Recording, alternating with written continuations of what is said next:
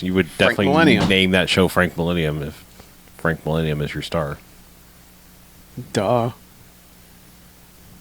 Which do you think his name was? I don't know. I didn't know it was Frank. I just thought he was Mr. Millennium. I mean, I wasn't really close to it because I never really watched the show. Millicent Lenium. What? But everyone just called him Millennium. Oh, okay. I got you. Millennium. So where's the Frank? Is that his middle name? It's like Millicent Frank Millennium? Yeah. Yes. Or is it Millicent? Yeah, he was like, just call me Frank. Yeah, just Frank. Actually, his name was Frank Black on the show. So he's also the front man for the Pixies? I don't remember them ever making a Pixies reference, which is really a missed opportunity. Huh. Or the best thing. I guess I am following a wave of mutilation. Yeah. No. Maybe they did. I'm sure someone will point out to me. Loki will point out to me. Well, actually, in season this 2... episode, will I figure out where is my mind? No. No? You won't. Okay. Frank Millennium. Yep. That's his name to me. Hi, Internet. Hey. Are we on the Internet? We are on the Internet. Oh, wow. Holy shit. I could have been L'ambulance. You could have been out this tweeting hot link. hot links. People could have heard us hear us talk about Frank Millennium. I do enjoy a good hot link. that show, that X-Files spinoff. Yeah, the Hot Adventures of Frank Millennium. Mm-hmm. It was listen, season 2 is one of the more underrated seasons of any show ever. Okay. Season 2 was really, really, really good of that show. I was passing no judgment on Millennium. I just never watched any of it. Season 1 was just Serial Killer of the Week, and it was very dull and had very little sense of humor. But Season 2 actually kind of had a whole thing going on. Well, good. A kind of an end-of-the-world thing. For a show like Millennium, that's a good idea. Mm-hmm. And then they basically ended the world at the end of the season, and then started the next season. I was like, actually, no, that didn't happen. Like, yeah. Like 20 people died, and one of them was your wife. So. What? Mrs. Millennium? Yeah. No. Yeah. Not Mrs. Millennium. Yeah, her name was like Karen Millennium or something. What? Tums party. Whoop, whoop. I'm good, actually. Yeah, I'm fine, actually. Yeah, We're all fine here. How are you? Yeah. Ha. Ha. Ha. Ha. Well, first we should talk about... you're standing right in front of the camera for your Tums party. It's just a... we on air? Yeah. Yeah, we've been on air. We've been talking about Millennium. Did you ever watch jumped Millennium? up and ran out of the room. You're just like, oh shit, Tums party. You never saw Millennium? Tums party of one. Your table's ready. Oh shit. Yeah, you also can't see that because of the poster. Oh. Yeah, sorry. There goes our product placement. You want me to kill the poster? No. Here. Look, Tums. This is the best thing that's ever been on the internet. Now we're getting paid. Yeah. It's all that fat Tums money. Make that cheddar. 40 megatons of profit. You tweeting it, Chuck? Yeah, I tweeted it. Oh, you did? Tweeted it right out. Where is it? All I see is Donald Trump. Beep. Stop that. Go on. All right, fine. Hey, thing flying around my face. Is there a tweet? You got all this? Yeah. Ready to go? Awesome.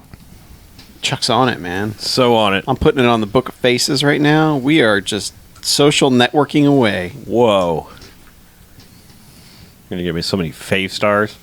Fave star. No, probably not. I need to renew my fave star. Do you? What? I don't know.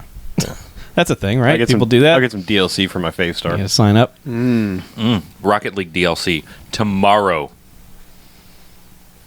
Okay. It's not anything. Hats. How much? Like $3.99. Oh, that's good. What? That's a good price. Yeah. It's like a Should have been on the disc. Hey, now. There was no disc. Should have been on the digital disc. Digital video disc downloaded. Should have come with the free game. I am actually like the reason that I'm buying the DLC. I can give a shit. Is really, because you want but to it's give them because money. I want to give them money. Yeah. tip jar. Sure. Yeah. I think And it's they just- outrageous that they gave away this game and then now they're expecting you to give them money for a thing that isn't really even necessary or relevant to most people. Relevant. I'm sorry. Could you say that and not shithead? I was referring really to like the DVD player for Windows, where it was like, Oh. I am outraged that they gave gave us away this operating system, and then they expect me to pay actual money for DVD licensing that really almost nobody cares about anymore because computers don't even come with optical drives. They put ads in Solitaire. Yeah. I'm offended. I must buy Solitaire. I am outraged. Simply outraged. I am outraged. That really is the voice of This outrage. is me. I am outraged. It's really just Simpsons comic book guy. That's all. But that's how I read pretty much the entire internet. Except for us. We sound different. Actually, not the entire internet. That's how I read the whole Yeah, internet. not all internet. Why did Twitter say we're all going to die? They Because that was the secret thing that's going to happen this episode. What? Yeah. I don't want to be on this episode. What? Wait. Sorry. Sorry. It's, I was just looking at the cover of X-Men 142 when I posted that, so... Is this like It was Catcher, earlier is this like today. Catcher in the Rye? What No, does it that was mean? earlier today. Oh. I mean, everybody dies eventually. Oh. Well, I'd rather not be tonight. I got things I want to do. I feel happy. Yeah. yeah. Hey, let's talk about a plenty movie. to do. Just not right now. Oh. I ain't got shit to do right now. All right. Well, kill me. I'll come back later. Except podcast. We can Yeah. podcast. Let's do a podcast. Oh, yeah. We're going to do a podcast Cast now. some podcast. Yeah. I thought we were bantering while people arrived. Oh, we could do that too. ribbed. Hot They'll get pods. here. They'll get here? Hotbox. Hot Pockets. Hot podcast. Oh. Oh, is that our I other thought we were sponsor? hot boxing the podcast. Yeah. Hot podcast. Hot podcast. All right. Check out Hot Pockets' new Hot Podcasts at I bet- hotpockets.com. I bet If you we that. could get sponsored by Hot Pockets, Oh, fuck. I'd eat one right into the microphone the entire episode. I'd eat two an episode. Yep, and just be like, I would oh, just- it's so hot. I would take the be great. wrapper thing and put it around my Slide it microphone, Around the microphone, yeah. and then just like envelop The it. crisping I would sleeve. just eat. You would put the crisping sleeve right there. Oh, it's so hot. Oh, it burned me again. Hot These- Pockets these are such a cruel mistress. These pockets sure are hot. Right, guys? Am I right? Am I Wait, correct wait. in that assessment? Did I dream? Did someone tell me about the hot pocket controller thing? Was someone telling me about this? No, somebody made the thing. Okay, is that a joke? Okay, that's a joke. Yeah. Please, thank you. Oh, thank you. Thank Hot you. pocket control. It's Like- an attachment that goes like into the USB port on your controller, and So it you can keeps just your hot eat the pocket warm. You can eat But it. it also, while you're like it playing was supposedly like had like a thing that would just like kind of like push it up like a push pop. Oh. Oh, that's a Ben Heck thing, it looks like. So Oh, it's you've real? already looked it up? Yeah, I just looked at So it's actually real. a Ben Heck's Hot Pocket dispenser my trailer. Yeah, I just thought it was. I think like it's a, I think it's a goof, but Yeah. We're past April. I didn't think. I thought the internet was serious now. Nah. Nah. no, you don't do it in April because everyone expects it to Right. be Oh. fake. In Do April. it now and you get some Now traction. you do it now, and it's a life hack or a Yeah. prank. I gotcha. Hot Yeah. pocket. pretty I sure remember- this is I remember when it was just called advice, and it wasn't all a life hack. Oh. It was called advice. Oh, yeah. pro tip. I like pro tips. I like Oh, that. tips for fun. I believe in pro tips. Pro tips are great. I only accept my tips from professionals. Yeah. Yeah, No hammer tips. Yeah. Don't put the tip in unless you're a professional. that's right. So podcast. What? Hot podcast. Yeah, this is the big news. We've sold out. That's Yep. sorry, we dropped This it. is We are it. now sponsored We are by Hot Pockets. We are contractually obligated to mention Hot Pockets every 45 seconds. It's just going to be a whole Actually- podcast of us saying hot pockets. Pockets. No, not just Hot Pockets, but Hot Pockets' new podcast Podcast. network. Yeah. Hot Podcast. Yeah, Of which we are a charter are, member. right. we're the hottest of the hot. Yes. Hot BMFcast. Right. We're new and notable. We are burning your mouth. That's how hot. Hot We- Pockets. we actually- when your fleshlight isn't hot enough. We were actually able to get the TLD Hot Pockets for our podcast. Yeah. Because we were in on the ground floor of Hot Podcast. That's it. Yeah. So you can now find us at BMFcast.hotpockets or BMFcast. Pockets is the new. It's a new TLD. We're new subdomain of Yeah. No. hotpocket.com. It's top level domain. Oh, yeah. Dot Okay. hot Dot pocket. hot Oh, pocket. dot hotpocket. Okay. Dot Wait, hot there's no .com. It's just Nope. .hotpocket. Right. Dot hot Yeah, that's what I pockets meant. is the new When I .com. said TLD, that's what I meant. Okay. I don't know what this shit means. I'm Top only on- level domain. Don't you internet? Nah. Okay. No. Haven't you learned anything being around him? No. All of us are like, yeah, man, this hot new meme. Yeah. We're all discussing. And he's like, what? I don't. This hot new meme from 6 months ago. He's Yeah. What does it mean to shake in Harlem? hot podcast. That's me. No, we're not going to get flagged because Hot Pockets has our back now. Yeah. Oh, yeah. Yeah, we're just. We got the Hot Pockets lawyers are Yep. on I it. mean, we haven't even begun the Hot Pocket marketing campaign. yeah. No. You know. Just wait till you see our Hot Pockets. our items that are going to come out now. Merchandising. Do you like it when your tongue is second degree burned? Hot Pockets. Yeah. Hot Pockets. You only taste the first bite. That's the good news. I don't appreciate the people in the chat besmirching the Hot Pockets Yeah. brand. Yeah, we're going to have to knock that off right now, you guys. You're going to get flagged in the comments. Yeah, Yeah. you're gonna get banned from the chat. We will ban you for Sorry, yes. for speaking ill Sorry, of it's part of our our contract. Lord and Savior Hot Pockets. If you say anything mediocre or lower about the delicious snack Hot Pockets, It's not just a snack. Sometimes it's a meal. sometimes if you want to pile 4 or 5 on a plate, Sure. The revolutionary crisping sleeve allows that to happen. yes, it does. Mm. Yes, patent pending. Oh, I bet that patent's already through. I'm pretty sure the patent's gone through by now. Oh, yeah. Oh, okay, good. I'm pretty sure it rewrote the patent laws. Yes. Yeah. It is the only patent. I'm sure there's some patent trolls in Texas that are trying to take advantage of it, but no. No. Hot Pockets will It was not the allow. Mickey Mouse system, but now it's the Hot Pocket system. Yes. Like you think it's going to be public domain, but no. No. All of a sudden, Hot Pockets everywhere. So that law changes. Okay, they're saying we should do a podcast. Oh, are they? Yeah. No, no one. Hot Pockets is right. Hot Pockets is This saying is the new podcast. we need to start. Oh, so we Sorry, can do our sorry. ad read. This is the new Right. podcast. We can't just dick around on the internet. They won't cannot. allow that. No. Okay. If we're talking about Hot Pockets, that is the opposite of dicking around. Yeah, it really is. Because do not put your dick in a Hot Pocket. But that is dicking in a very You wanna specific Put location. your dick in a Hot Pocket. No, then- you do not. Yeah. Put your dick in a pocket. Yeah. Do not put anything. 1, got a hole in the hot pocket. 2, put your dick in that hot pocket. Yeah. 3, Go to the doctor for third-degree burns on your penis. and that's the Let way them use that you metal do scrub it. brush on your penis Yeah. pockets. You know, when you get birds, they scrape off the skin. Do they? Yeah. Oh, Have you never heard of that? no. Oh, my God. What, the chicken cheese grater? Yeah, basically. Oh. It's basically like almost like steel wool. You have to like scrape off the bad skin. Yeah. Bad skin. Oh, it's bad. Oh, my Yeah, God. don't ever burn yourself. Kill me. Yeah. I- Pro tip. Ooh. Yes. Life Pro hack. tip. Life hack, you mean? Yeah, pro life tip, hack. Don't burn your dick. No, that's not. Flash pockets. No, really anywhere. You can burn anywhere else, No, just no, not no, your no, dick. no. You don't want them to, and not to your Right. I don't want them doing that to any part of me. Eh. That sounds like that would be just the most incredibly painful Yeah, thing. it's not good. Have you been burned? How did it get burned? I did not. Yeah. How did you get burned? Hot Pockets. How'd you Hot get burned? pockets. Last night, a Hot Pocket saved my life. From a broken heart? Oh, and there was only one set of Hot Pockets. When there was only one crisping sleeve. That's what I carried.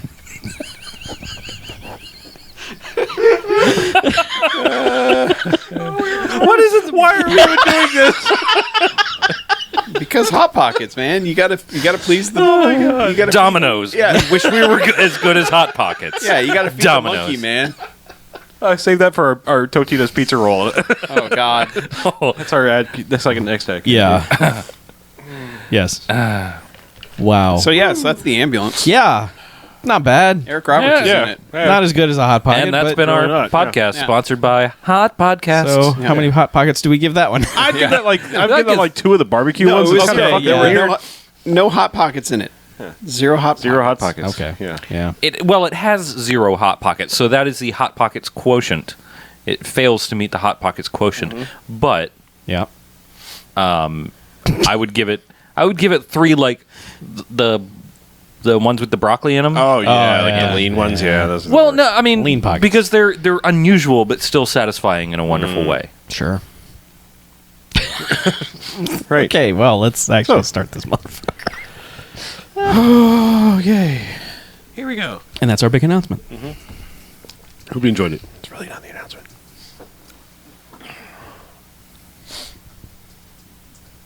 Oh yeah, I need to know. I have to have a thing to read and all that stuff. Oh god damn, it's too long. I was so obsessed with Hot Pockets I didn't even read it.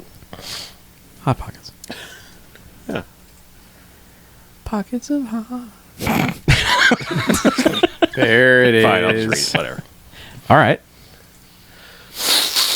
Oh, yeah. Just move all that around. Yep.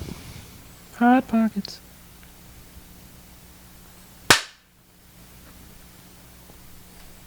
All right, and welcome to the BMFcast. Hey, BMFcast. Cast. Episode 286. That's a number. Hey, So I had a many computer numbers. like that. I know, me too. So I'm Harlow. I'm Mackie. I'm BJ. I'm Chuck. And what we do each and every episode of the BMFcast is we go ahead and we watch ourselves a quote-unquote bad movie. Come in here and talk about it for the first half. Then good bad movies, enjoyable bad movies. They get 1-5 jocks and robot jocks. All right. Hooray. Robot Jocks. That's a fun movie. Shocking. What? I don't know how good it is. Oh, yes. But the bad movies. Doesn't stay away. They get a negative sliding scale. 1 to 5 bags and douchebags after Twilight. Boo. We don't like it. That's a pile of garbage. We do not. So, Yeah? here we are, finding ourselves in the calling on the ambulance from 1990. Right, I don't yes. have a We fucking had an segue. emergency. Yeah. We had a So we suggestion called last week. It was a recommendation last Oh, week. yeah, it was, We talked actually. about it, so thought we could just do it. Right. It is time. Yeah. Talk about it. Ambulance. Plot summary. Let's do one. Okay, you should do it. This time. So many words. Yeah, the Wikipedia one. Josh Baker meets a very special woman, Cheryl, in the streets of New York. Suddenly she collapses and she's picked up by an ambulance. When Josh wants to visit her in the hospital, it appears she hasn't been admitted to the hospital. Josh follows the roommate of Cheryl, and she disappears after a ride in the same ambulance. It's up to Josh to solve the secret behind the strange vehicle. Yeah. Okay. Yeah. It is up okay. to Josh. I guess. Yeah. Sure. Yes. Yeah. Totally up to him. No one else could have possibly solved this riddle. Well, tried. Josh. Well, to tell other nobody people. else knew Right. what was going on. He brought the riddle to light, and because no Yes. one else knew what was going on. Correct. So Josh, played by BMFcast alum BMFcast's own. Eric Roberts.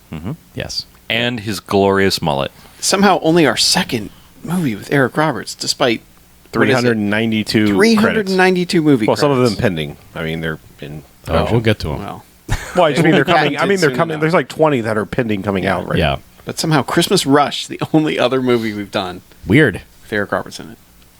Bizarre, but there it is. There's a lot of Eric Roberts in this movie.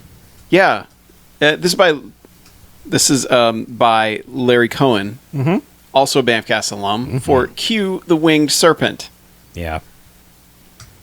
Well, There are a lot of similarities between this. you said and cue the winged serpent, and Yeah. no winged serpent came in the No, room. we I'm were not. disappointed. It's production value. No, like the letter Q. The letter Q. Oh, yeah. Oh. So like a line. Yeah, like an omnipresent galaxy guy who Yeah. can do whatever. Okay. Yeah, Yeah. that kind of cute. But yeah, there's a lot of similarities between Q the Winged Serpent and this movie. Yeah, you could say that. Yeah. James Earl Jones is in this. Also a Bamcast alum. Is he? BMFcast's own. He was in Excessive Force. All right. Sure. I can look it up. Look at there. He was in The Empire Strikes Back. Yeah, he was in the Lion King. He was in The Empire Strikes Back, but that wasn't you guys. That's Oh, was true. it? That was we a different show. We just put that on Oh, our that was feed. on our network. was on our That's right. network, That's yeah. right. So I guess we can still claim him. Yeah. And we're Yeah. all furiously looking at it under his thousands of credits here. I'll just luck. go straight to Excessive Force. Oh, okay. Oh, sure, take the easy way. Yeah, he's in Excessive Just look up Force. Force Month. Oh, yeah, he's in and Excessive that'll tell Force. you. Yeah. Which Force movie was Excessive Force? Was that the one with midget the- tossing? No, that was One Man oh. Force. yeah, it was One Man Force. Excessive Force was the one with Oh, that guy. yeah. It was aggressively average. Yeah. That guy from that thing. Yeah, Was he totally the dude that that was That in the, isn't helping. Wasn't he the dude? Oh, shit. Was he the bad guy in Karate Kid 3? Yeah, that one. Yeah. Yeah, that movie. Yeah, that movie. Not Okay. good. Okay. I wasn't here for that episode. That's why I don't remember. Oh yeah, that was didn't- yeah. Ah. Ah. So the ambulance. Oh, that's the sound that the ambulance makes. Ah. Oh, Oh, it's just like Waluigi. Yeah. Yes. Wah, wah, Ambulance. wah. So Yes, shit. and starring a sweet ambulance that's basically the Ecto-1 ambulance. Pretty close. Oh, here we go. It's Oh, pretty good. I mean- sorry, car guy. Internet movie car database. It's old ass. It's To the layman, it looks like Ecto-1 made into an ambulance. fairly similar. That's all we need. Yeah. They're both Cadillacs. I'll give you that. Okay. All right. Good. See, I'm learning this car thing. I drive a Hyundai. I don't know. So that tells you how much Pronounced I care. like Sunday. That's also like the Ecto one. Shows you how much I care about cars. I drive a Hyundai. Well, All right. we've just lost Hyundai as a sponsor. Oh, we never. No, I had that. fucking love my Hyundai. Oh, all right. Well, they're back Yeah, in. it's got a great warranty. And they're right back in. Hyundai. It's got power windows and locks. It probably won't kill you as you ride it down the street. Yes. Hyundai. Hopefully the airbag works. Fucking hell. Okay. Yeah. Sorry. The ambulance. Right. There's other people in it. Shit. No, I'm just gonna try to get to like where the hell this thing starts. Like, is it just? It's Eric Roberts walking down the street. Yeah, it drops in with us chasing this Janine chick. Turner. Yeah, Janine Turner from Cliffhanger. Yeah. Okay. Chasing her down the street. Yes. He's And- talking to somebody first. He's right? talking to his buddy. He's His- like, yeah. I see this Who gal. never shows up again. Never He seen might him have been in ever the seen comic him. book office. He might have been another artist. I think he or was. writer. Yeah, because they were arguing about Spider-Man when the conversation Sure. started. Yeah, because Eric Roberts, he's a comic book artist for Marvel, for actual Marvel. Marvel Studios. Yes. But yeah, he's walking down the street and like this lady's like way down the street on the other side of a New York block corner, like the opposite corner. And he's like, "Oh, there she is," or something like that. And he goes running off. I've got to talk to her this time. Yeah. And then just proceeds to pester this lady for like Just 5 minutes. aggravate the straight. shit out of this Yeah. woman. Yeah. She's just like, "No, not interested. Goodbye." No, wait, no. I bought you a Walkman. Well, Yeah. and he's like grabbing her arm and stuff. I mean, Yeah. he's like, This. bad. I mean, Like, this would be. I don't know a any crime. woman Like who nowadays wouldn't they knock make- him out Yeah. for doing this shit. yeah, they make internet videos about this sort of thing Right. nowadays. Yes. And he is all of those men in those videos wrapped into one. Because he is pawing at her and is like, "Come on, what's the matter? You would smile. smile. It's your birthday. I bought you a present." And Oh yeah, that's the line. Are you upset because I forgot your birthday? yeah. Actually, not a terrible line, but also because of the situation, it's really terrible. Yeah. Well, 'Cause it his gives, like- first line was that he was a census person and he had to Yeah. know if she was married or otherwise. Yes. Which, if she'd answered, could have come in handy. But she was just like, "Fuck off," and then he proceeds to harass her for 10 more minutes, and then eventually she just gets like woozy. Which, you know, at first you're thinking, well, yeah, I would fake an illness too to get away from mulleted Eric Roberts who keeps bothering me on the street. But no, she just boom goes down, and everyone just gathers around like, "Oh, look, someone fell over." And Eric Roberts is like, call 911. And the guy's like, righty ho, I'll go do that. They've ADR'd some good citizen in to say that. And then an ambulance shows up. Yep. And takes her away. Yes. Surprisingly quick shows up. Oh, yeah. Just immediately. Well, there was a shady guy, which turns out to be the doctor, watching from a He was in a limo limo. or something. That's how yeah. we're clued in that this ambulance is suspicious. Right. Right. Not right. the We're title. totally or- we're totally clued in by this. yeah. Because I so know what's going on in this movie. Well, I was clued in that something was something suspicious. shady, Yeah, sure. because well, she was also like strangely warning him off of her. Like, you need to stay away from me. Like, she was doing the like, I have a troubled past. There's things you don't know about me. Get away. I think she was just running the gamut of Of any just excuse anything- that she yeah. could come up with. Really? Because I Yeah. mean, sure. But then she tried to tell that would be logical. But then she's like also trying to yell her last name or something through. because the then ambulance. like it starts to get weird really fast with the ambulance guys because they strap her down Yeah. Right. and she's like and he's like I'll come find you and she's like please Yeah, my my last name Cheryl is is- Dothraki or something. yeah. Well, when she goes down, their relationship immediately changes because she's just like, "Oh, you know," he's like, "I'm not going to leave you," and she's like, "Okay, good. I don't want to, die here on the street. Right. Might as well have." She had made an appointment with the doctor and was worried. Yeah, so. that's what I'm saying. There's some kind of weird, like, she almost knows about this ambulance diabetes plot that we're about to get to. Yeah. But She has diabetes. she has no reason. Yes. and she was going to the doctor. Well, because like as she falls down, she bothers to mention that. She's like, Yeah. I have diabetes. it's It's probably diabetes. acting up. I Yeah. just need, some insulin. It's acting up. And then like, yeah, like Get me some oatmeal. that's how you treat it, I think. But yeah, like they're just like carrying her away while she's like trying to talk to him, and she's yelling from the ambulance. My last name's Barishnikov or whatever she's yelling. Yeah, and he's just yelling over her. Huh? I can't hear you. What? What are you saying? What's your name? Huh? I'm Eric Roberts over here. Yeah. Hey, lady. The ambulance. He's aggressively Eric Roberts in this movie. He's the super whole duper film. Eric Roberts. Yeah, he's can't get any more Eric Roberts than he is. No, he's making up for whatever his last movie was, where he was not enough Eric Roberts because it's just Eric Robertsing all over the place. But then it's like it cuts to like this. They're speeding her away in the ambulance, and then like he shows up at various hospitals without her last name, just with the description of she's about 5'6" and dark hair and pretty and has diabetes. Also, the ambulance drivers name's tell him that they're taking her to St. Francis. Right, yeah. So he goes to St. Francis. Right. And they're she's like, nah. not at St. Francis. No, they wouldn't have taken her hair. Not if she collapsed at this place. She'd be at this other one. Right. Get out of my face. And then the other one's like, she What? wouldn't be here. She'd be over at this other one. Go there. Yeah. Well, and they're all like, you don't even know her last name. Yeah. So No. good luck. And then it just becomes this kind of immediate, like, there's no sense of how much time is passing, but, like, he's just become immediately obsessed with finding her. Like, he's gone to several hospitals. It's already affecting his work. He's just doing nothing but drawing her in every panel and comic thing he's doing. Yeah. And, like, even Stan Lee, the actual Stan Lee. His comes boss, over- Stan Lee.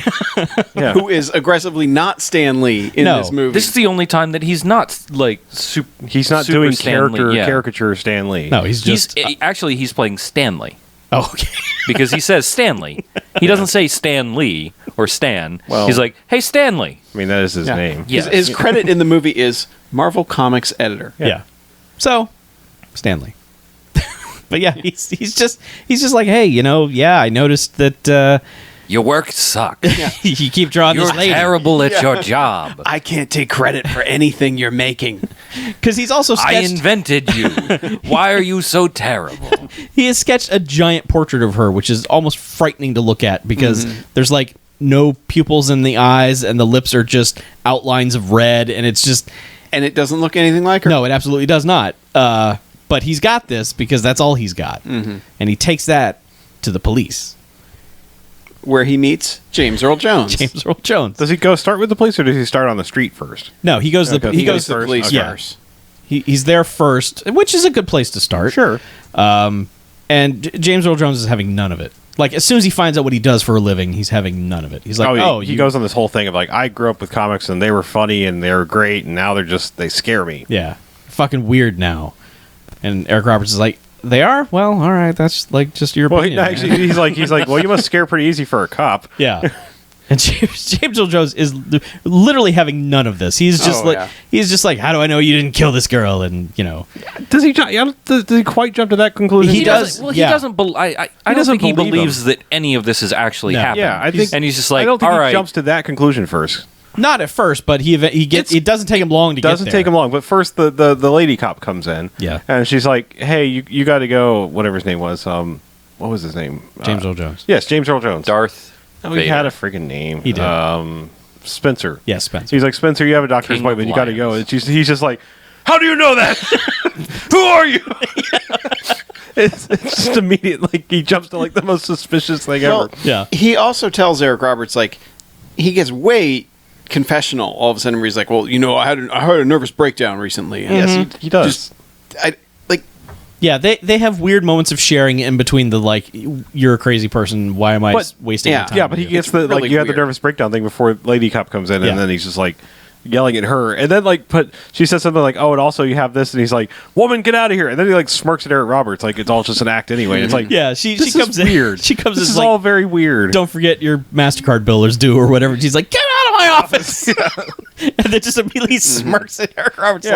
Like, okay, he's fucking crazy too. Yeah, that's the thing. That's pretty much the Larry Cohen MO with this is that everybody in his movie is fucking nuts. Yeah. like everybody. Yeah, Nobody and acts like an actual person. would Everybody ever is act. the insane version of a normal. Right. Right. You'd have. The normal people have all been kidnapped by the ambulance. there's also Right. like immediate distrust between everyone. Oh, yeah. at all points. But I Like, think that was New York in 1990. I think everyone in New York was like, "You saw what? Get the fuck out of here!" Because that happens later. I mean, I think the that's crowds still are just probably like, New York. "Bah, shut up." But yeah, so then he takes the sketch and he kind of develops it a little bit more. But he chases after the cop the cop that had just come into James. Oh yeah, he has office. a long talk with her. Yeah, she's played by Frank's wife from Millennium, Megan Gallagher. Yes. Yes, Mrs. Millennium. Yeah. Mm-hmm. Miss. Whatever her name was, Karen Millennium or something. Yes, it was. But yeah, so Century. Her name is Century. and he follows her around and hits on her alternately with her just going, no, no. Yeah. Look at your mullet, no. Yeah. And He's not putting in the effort though that he put on Janine Turner. Mm-hmm. He's just kind of like, well, maybe I'll just string you along a little bit in case we don't find her. kind of, Yeah. Which but does come in handy. He's just put it on our deck. He's like, well, you just go out there and warm up a little Yeah. bit. So you're a lady Just in cop, case, huh? yeah. What's that like? It's just a lot of like, I don't really care, but I'm going to talk to you for a few minutes because, Well, he's immediately like first name basis. He's like, don't call me by my first name. It's Yeah. weird. All right. Okay, Call me by lady. my first name. but yeah, but that's when he hits the streets, Yes. and he's just taking this giant portrait of this woman. Well, sometimes it has smaller. That's the thing. Is like he has them in multiple sizes. Like Yeah, Well, they maybe progress. you They make- go from, would like- you, would he you makes like this in flyers. wallet size? Yeah, but then he goes from like leaflets to a cardboard cutout to just a giant comic book panel. And this all happens within a span of about 20 seconds, but he immediately finds the girl's roommate. Well, she just comes up and she goes, "Why do you have a picture of my roommate?" He's Yeah. like, "Oh, you're her roommate. Here, Oh, sit yeah, I down." heard about you. Let's sit down. Let's talk. And the roommate is confrontational as shit. Yeah. She should be. Well, sure, but She absolutely should be. you should get to a Well, yes. point where you're like, This is Eric Roberts. He is dangerous. but However, like before we get to her, yeah, there's a little bit of brief explanation. Before that, they have Janine Turner in the hospital with the green lighting, with creepy doctor guy basically just saying, "Hey, we're going to experiment on you, and we're going to cure your diabetes. yeah, we're going to cure your diabetes, and then we're going to kill you." Yes. Basically, Right. But then he says, "All right, you have to call your roommate and say exactly what I tell you to say." Yeah. Which apparently she doesn't do, and there's no repercussions from that. No, she either. totally does. Does It she? comes up in the scene. Yeah. She No, makes that call because that was she the leaves call? it on the voicemail. Yeah. Wait, that was the call because she was all panicked, like, "Please don't call the police," or yada yada. Right. It was you have to come here. We'll get there. Trust me. I'm just saying, but It that- happens in the background and doesn't really make a lot of sense. But that's what they wanted to have happen. Was- yes, because okay. the roommate also has diabetes. yeah, Their insulin all bottles, right, fine. they work together, and their insulin, that's how they met. Their insulin bottles were in the right work next to each refrigerator other. together. They That- bonded over their illness. Yes. Wait, you got insulin in my insulin. No, Right. you got insulin in my insulin.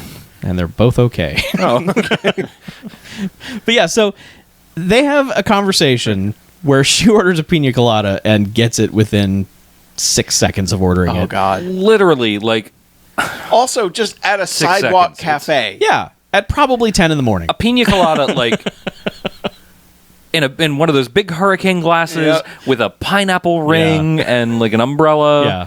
Big straw. this Like- entire time, I was wondering if she also like to getting Walks trapped in the rain? Yeah, walked in the rain. So I thought it was caught in the rain. Yeah, getting caught in the rain. Yeah, that's Okay. right. All right. Yeah, we got to get that If you're right. not into health food, if Yeah, you right. have a brain, if you like making love at midnight on Yeah, the all those dunes things. by the Cape, Yeah, all these things. Yeah. right But to no, Eric it never Roberts, came, it and never he'll call came you. up because she just was immediately confrontational, and then he's like, "Well, Ambulance, let's escape. Sorry, No, keep going. It's Yeah, great. I'm done. No, that's the end of the. well, he gives her a quarter. And it's like, go Call call someone who go call cares. your roommate. Yeah, because the roommate was like, I bet she's probably home right now, and your story's full of bullshit. And he's like, well, here, go call her and find out. And she's like, I don't need your filthy money.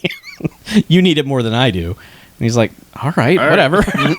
So she calls like her answering machine, and it's the message from her saying, come here, 8:30, come alone, no police, I'm in a lot of trouble. Yeah, that's not how an answering machine work, but whatever. Yeah. So Eric Roberts is immediately like, that was her, wasn't it? That was her. Tell me. And she's like, all right, fine, come with me. So they go to where the stables are Where where carriages. Cheryl works. Or Cheryl, is that her name? Yes. Yeah, it's it's where they park the horses after a long day of Central Park carriage rides or whatever. But so she goes in. So I feel like that Eric Roberts is like, why? She's like, well, she does this in the evenings. Yeah, Like, and he's like for work? yeah, Like, why? She's like, well, she gets super good tips. yeah. Why It's like, but wouldn't you? here? Yeah. He's just incredulous. All right, so in his defense a little bit, I was like, really? Like, I mean, just like, of all the things somebody could do for a living, that's what I'm saying. Like, the Larry Cohen thing is always just like, jump to like the strangest thing and just kind of make no big deal about it. Yeah. That's just kind of like the model of like you're not going to explain or even remotely explore the fact that you're actually making her someone who drives the carriages. Like the things you always see in movies, but you never like associate person. There is a person that does it. They have a backstory. Yeah, it's just like let's go. This here. is their backstory. Let's they go got here kidnapped so that and their diabetes got cured, but then they got murdered. well, it all just serves like to Every single one of them. This is what happens to all of them. right. Well, it only just serves so that the roommate walks in, closes the door behind her, and you hear like a car start up, and we hear a commotion and a car start up, and the horse as soon is as going. she goes through the gate, the horses are freaking out. Yes, They're just going crazy, and she's just calling out to random people, and no one's answering. But the horses are going insane. But she's still like, "Well, I'll just go in here and see what's up." Yeah, and she also promises to tell him Cheryl's last name when she gets back. Right. Of course. Yes. Which is a common thing in this whole movie. Is like if people would just actually talk to each other Yeah. and share information, a lot of shit would get solved real quickly. But Yeah. Well. they don't. Yeah. I mean, you would think on the way over there, they would have had a connection of, yeah, you're right. She did leave me a sinister voicemail, and maybe you're correct. She did get kidnapped. So why don't I tell you her last name or where we live or my last name? But Because also, really, I mean, what was that? This was 1990. I mean, not like today where identity theft was super prevalent and easy to do. Like, someone's last name doesn't get you very far. yeah, 1990, you tell me your last name. I'm like, so what can I do with that? And look you up in the phone book. Right. maybe. And a New York phone book, which has 1 million of your last name in it. So I'm going to be looking for I mean, microfiche all day. 1984, there was a problem with Sarah Connor. Yeah. I mean, Yeah. this lady. All the wrong This was Sarah also New Connors York. got killed. Yeah. Yeah. So I mean, she goes through there, and then just all of a sudden, just ambulance comes wailing through the gate. There's a commotion, and Eric Roberts goes and pushes his face up against the gate because he can't get through for some reason. And then ambulance comes speeding out of there, Yeah. Almost runs over. smashes through the Roberts. gate, almost kills double. him. He does a good stunt jump. Yes. Or whoever the stunt guy is does a good stunt jump to get out of the way of this thing. Yeah. And then all the horses come running out after. Yeah, and that's really all this was like, I don't know, horses running out. That'll be interesting visually, I guess. Yeah, because we were thinking like, yeah, get on a horse and chase the ambulance. This is going to be Yeah. great. Nah. Nope. Next shot is a cop going, so what happened? Yeah. Oh God, this yeah, is the you're worst. full of shit. This is the worst cop ever. It's like he's like asking questions, and when Eric Roberts answers, he's just like, "Nah, what?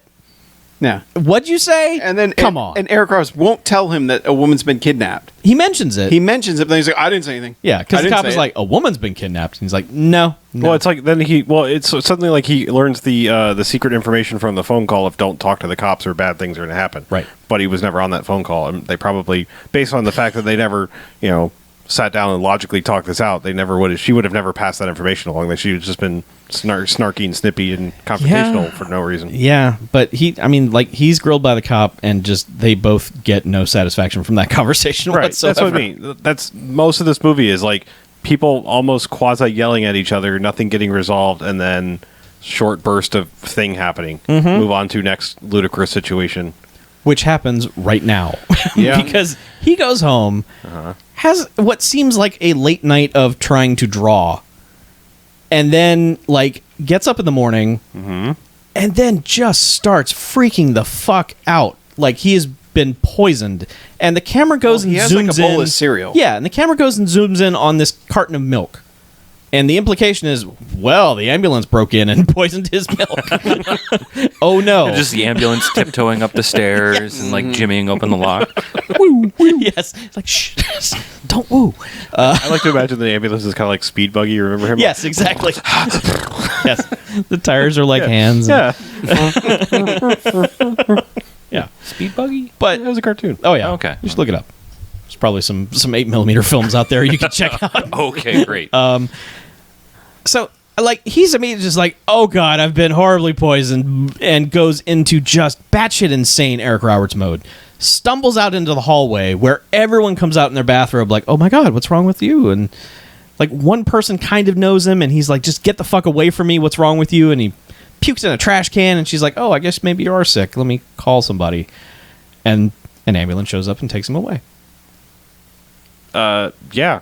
And he's freaking out the entire time. Oh, yeah. Don't let me in time. this ambulance. Don't let me in this ambulance. Yeah. They're going to kill me. And then he, wakes up in a hospital, and we're like, oh, so it was you all a said dream. a ambulance, but it was It was literally a ambulance. it not was the ambulance. ambulance. Was it? Wasn't it? We never saw the ambulance. No. Oh, that's All we right. saw We is the never guys saw it. We come saw the running guys in with a gurney. The guys who were the same guys. But he wakes Right. up and the implication is, oh, it was all a dream. And then you kind of look around and it's like, no, he's actually in a hospital. He's in a hospital. And so he steps outside and like James Earl Jones is there. Well, no, guy Chewing first bubblegum like again. a orderly or whatever grabs him. And, Oh, right, yeah. Yeah. And that's James Earl Jones is like, oh, he's trying to get out of here. He shouldn't look have at done you, and there's another missing person, and that. Yeah. what This is when he gets accusatory. He's like, I think you're making this all up. Yeah. You're going to the loony bin. You had that nervous breakdown like I was just talking about. You probably killed this lady if that lady even existed at all. Now lay down in your bed. We're going to shoot you full of drugs until the loony bin comes and picks you up. Yeah. Because, like, evil nurse comes in and she's like, why are all the crazies on my floor? And James Earl Jones is like, yeah, let's send him to Bellevue. Ha. Yeah. And- They bond over the thought of, locking him up in the Yeah. insane asylum. But, man, Eric Roberts is, like, drunk sick during this entire thing where he's just, like, baby sleep talking. It's weird. It's so bizarre because he's just, like, commenting on the scene. He's not really an integral part of it somehow. Yeah. He gets up and strapped down like 15 times. Yeah. Oh, and also jabbed with the IV Yes. like a bunch of times. Right. Like he starts the scene with IV, pulls it out. Yeah, she puts it in, then the orderly puts it in. It's like And they give him medicine to sleep and all that. But first he's got to meet his roommate, right. Red buttons. the one and only Mr. Red Buttons, who is a New York Post reporter, luckily, who's like, dude, I overheard everything you just said to that cop. This is juicy. Let's talk. He's like, yeah, but I'd like to hear more about how you're the serial killer because that's far more interesting. He's like, no, let me tell you about the ambulance. He's like, Oh, I don't want to hear nobody will about buy that paper. It'll be good for you. New Tell York me. Post, the beacon of Yes. righteousness. Yes, Yeah. please. Yeah. Like, there's times I don't he's care gonna about the make it truth. up. I care about what sells more papers. Yeah. So tell me that version. Yeah, so they talk and bond and become good friends, and then that's Eric Roberts gets the drugs and goes to sleep, and then That's when Red Buttons wakes up to Eric Roberts snoring, and Well- that's he sees that the ambulance drivers have come into the room and are taking him away. Well, Nick Chinlund, who's most recognizable probably from the X-Files. X-Files guy, He's also yeah. an eraser. Oh yeah, he was. Yeah. Oh, was he one of the alligators? Eraser. He was in Eraser. Is he one of the alligators? No, he was not an alligator. He was I think an he's eraser. Doesn't he get shot with a railgun in Eraser? I'm sure he does. Everyone else does. Was he Vanessa Williams? yes. Yes. Yes. Nick Chinlund is But yeah, Vanessa Williams. he ends up strangling the nurse Yes. to get them in. Right. But and then it's the guys trying to take Eric Roberts away, and they're just telling Red Buttons like, "Oh no, we're just transferring him." Going to another room. Just don't worry your old And Red little heart Buttons is about like, it. No. He's like, No, what's what's wrong going with on? this room? Hey, Yeah. hey, what's wrong with this room? I also appreciate that he's flipped the switch because, like, before he's just like, "Just tell me that you did it." Yeah. Like, I want to hear, like, how'd you kill him? What's the grisly details? Yeah. And now he's totally on board. And now just he's like, "Oh, well, the cop must have been making sense." yeah. So he pulls the fire alarm. And Well, and he also tries hitting the guy. oh, he goes after one of the Yeah. guys. Like after he pulls the alarm, he's like, I hit the fire alarm, let go of him. And it's just wailing on him. And all the old people are just coming out like, what's going on? And Yeah, he grabs his gurney, rolls him back into the room, and then they do this weirdest thing where like he rolls him back into the room. He's like, "Quick, get in the bed, and we'll pretend like we were asleep the entire time." And it's like, really? That's your strategy? because a male nurse comes in, he's like, all right, what's all this about? He's like, "What? Why are you waking us up? What's Yeah. the deal?" It's like, hey, your IV's out. Jabs in him. Yeah, that's what I'm saying. That's like the 5th time he's been Yeah. stabbed with an IV now. And the nurse is like, yeah, just wait till time for your enema. And Eric Yeah, Roberts is like, he goes yeah, I like- bet you got a gentle touch there, too. That's what he said. That's what I didn't hear. Oh, okay. And I asked, I was like, "What did he say about after the enema thing?" Yeah. Okay. Yep. He tells him he's got a gentle touch. Yeah. But, Yeah, and then they well, Red Buttons hatches a plan. He's like, shift change at 3 a.m. So here's what we do. And then cut to them dressed in suits, walking past security, pretending to be like father and son, and the wife just died or something. And they pretend this for a while, like much further Longer than they needed to. But yeah, it was a bit. They were doing the bit. And then they're just out. And they're like, come on, let's go to the New York Post. We'll get some. He's gonna look up how many. The computers will finally come in handy because it'll tell us how many people are missing in New York City with diabetes. Yes. I couldn't do that on a computer now. I couldn't search how many diabetics are missing in New York City. Do But you apparently, have a New York Post computer? I guess not. I guess in 1990, don't. you had a program specifically for. I'm typing it into Google right now. How many diabetics I mean, if they've been have lawyers, they could have used LexisNexis gone and gotten this information. Yeah. missing in But the New York Post OS is pretty good. City? It's the newspaper. in They have all the information. last Back in 1990, They're they linked still into had. everything. Yeah. They were LinkedIn.com. Hospitals and what?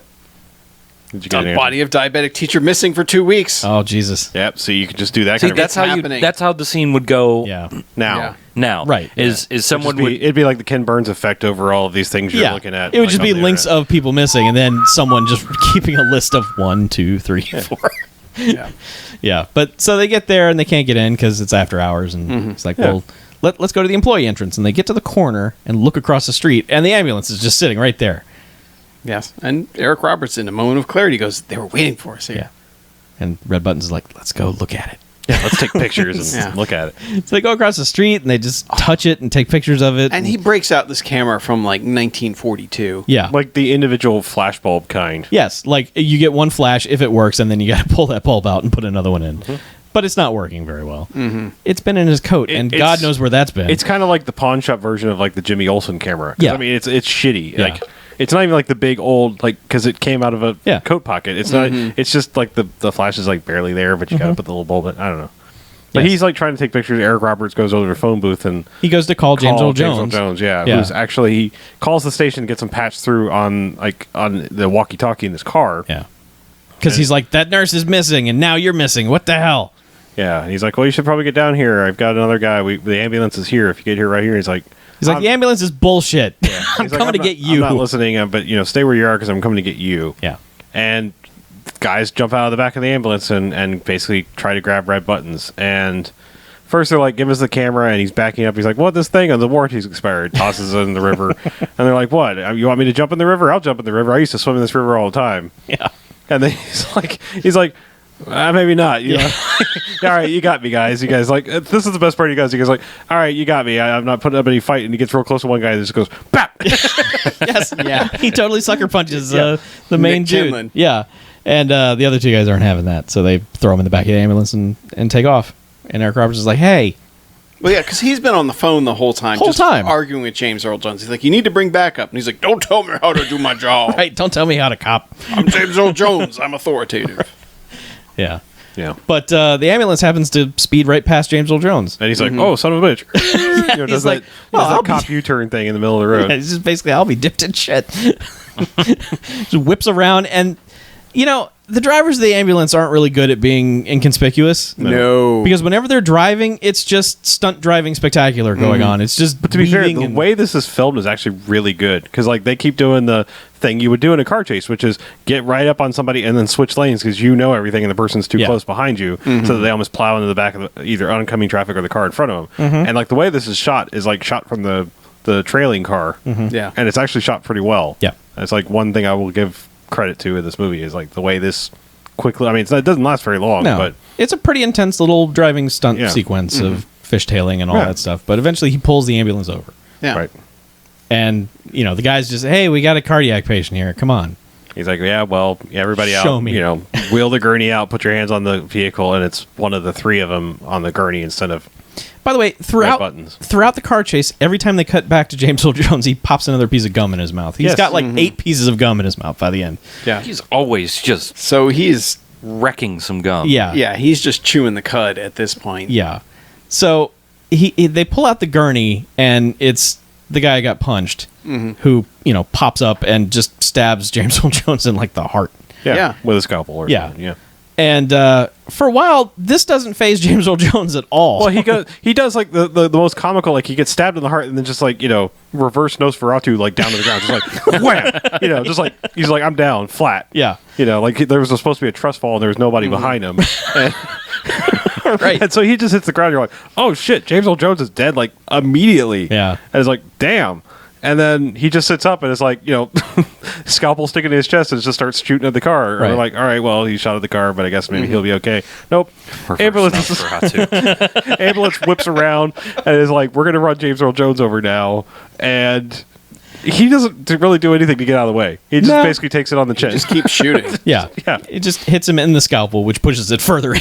Yeah. Pretty much, yeah. Yeah. He goes down, but not He's without dead, isn't chewing he? the shit out of some gum. Does he while come? he's- No, he doesn't come back. He never comes back. Oh, no. No. No. But, Yeah, but he gets rolled, yeah. and then they show the shot of him laying on the ground, shooting just his face, and he just keeps chewing the gum like in the most exaggerated way possible. Like, Yeah. just Yeah. And then he gets like one, he like dies, and then there's just one more chomp of the gum, Yeah. and then that's it. And you're just like, okay. Yep. Bye. Yeah, it's the very definition of chewing. Chewing the scenery, literally. Yeah. Yeah. So yeah, he's dead. He's Yep. out of the movie. Mm-hmm. That's right. He never comes back. Yeah, no. no, they toss him on the gurney and they're gone. And what does he do? Does he meet back up with the lady cop now? And He's is like, hiding out at Marvel Studios, right. and Lady the lady cop cop comes seems by like, yeah. comes by and is like, he's like, huh. What you doing here? Yeah. She's like, I'm looking for you because you've called James Earl Jones like 20 times, And he's missing. and I check his messages. And he's like, I had a girlfriend like you. She always went through my mail. Yeah. He's very, like, just pissed off during this whole scene. Mm-hmm. He's just, he's not as gregarious in this scene as he is in a lot of other scenes. He's just, might be coming down from whatever he was enjoying throughout other scenes. But, But apparently it's like a day later. passage the way of she time makes is it not sound- told well. Yeah, because she's like, he called in sick, and He's I never didn't- called in sick Yeah, before. he's never called in sick, and that's when Eric Roberts basically is like, "Hey, well, so are you going to believe me or what?" Mm-hmm. And it's they are all diabetics. We have to look this up, and so she starts trying to call the police office, and he will not stop like talking in her ear while she's trying to talk to them. Yeah. He's like, "I really appreciate you doing this. This is really awesome," and she's like, "Shut up." Yeah. I'm on the goddamn phone. He's bouncing behind her like the dogs in the car, just like, hey, Spike, you know, he's just like constantly just saying, you know, just bothering her as she's trying to speak. But she's kind of starting to put things together. Yeah. She's like, okay, well, let's look up the model of because he's got the picture. He's developed the one picture that turned out from old dude's camera, because dude dropped the when he threw out the flash bulbs, he also threw the roll of film on the ground, Right. because Eric Roberts picked it up and was like, you crazy son of a bitch. Yep. So they've got a blurry photo of the ambulance, and Which he then proceeds to draw like one of his French girls, because he also makes a picture of that. yeah, As his backup, I guess. right. And I don't know why I didn't just keep the negative somewhere safe, but whatever.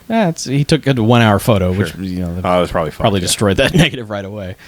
I don't really remember what happens next. Is that when they just... This is when they both go their separate ways and start investigating, because he starts going to junkyards, That's right. and he goes to like the fourth junkyard, where I guess the implication is, yeah, we had that thing here. Here's Yeah, some paperwork. Parts of the, like, to turn the ambulance into a full-blown ambulance. Yeah. Like, I guess they were buying the lights and Yeah. shit like So that. he's got like an invoice or something, and he goes over to the phone to call her, and then like junkyard toughs show up. Yeah. It's just a gang of dudes and ladies living It's- in the junkyard. It's kind of like Lionheart, like when they went in that alley and they're like, Yeah. we need to use the phone. Like, that's our phone. Yeah, but this is just stranger, because they're just like, he's doing all the talking in the scene. He's just like, Yeah. oh shit, they're gonna mug me. This is Yeah. the worst day, and And this is like a gang out of like class of 1984. yeah, Like they just, they're living in the apocalypse. yeah. They're They don't know that civilization is going on right on the next cross street. They've just decided, the Warriors cosplay troupe that just moved out. like, I guess we're Staten living in the Island. junkyard now, Yeah. and we're gonna be toughs. But yeah, they proceed to beat the ever loving shit out of Eric Roberts. Yeah. Like, Eric Roberts, not a Yep. fighter. So, and then the ambulance shows up to take him away. The ambulance, scary ambulance, and we so. don't know how they found out. No. Like any of that. Well, at first I thought like the gang They were had like hired the agents gang for to do it. which is just Yeah. dumb, but it fits in with everything else in this movie that doesn't make any yeah. sense.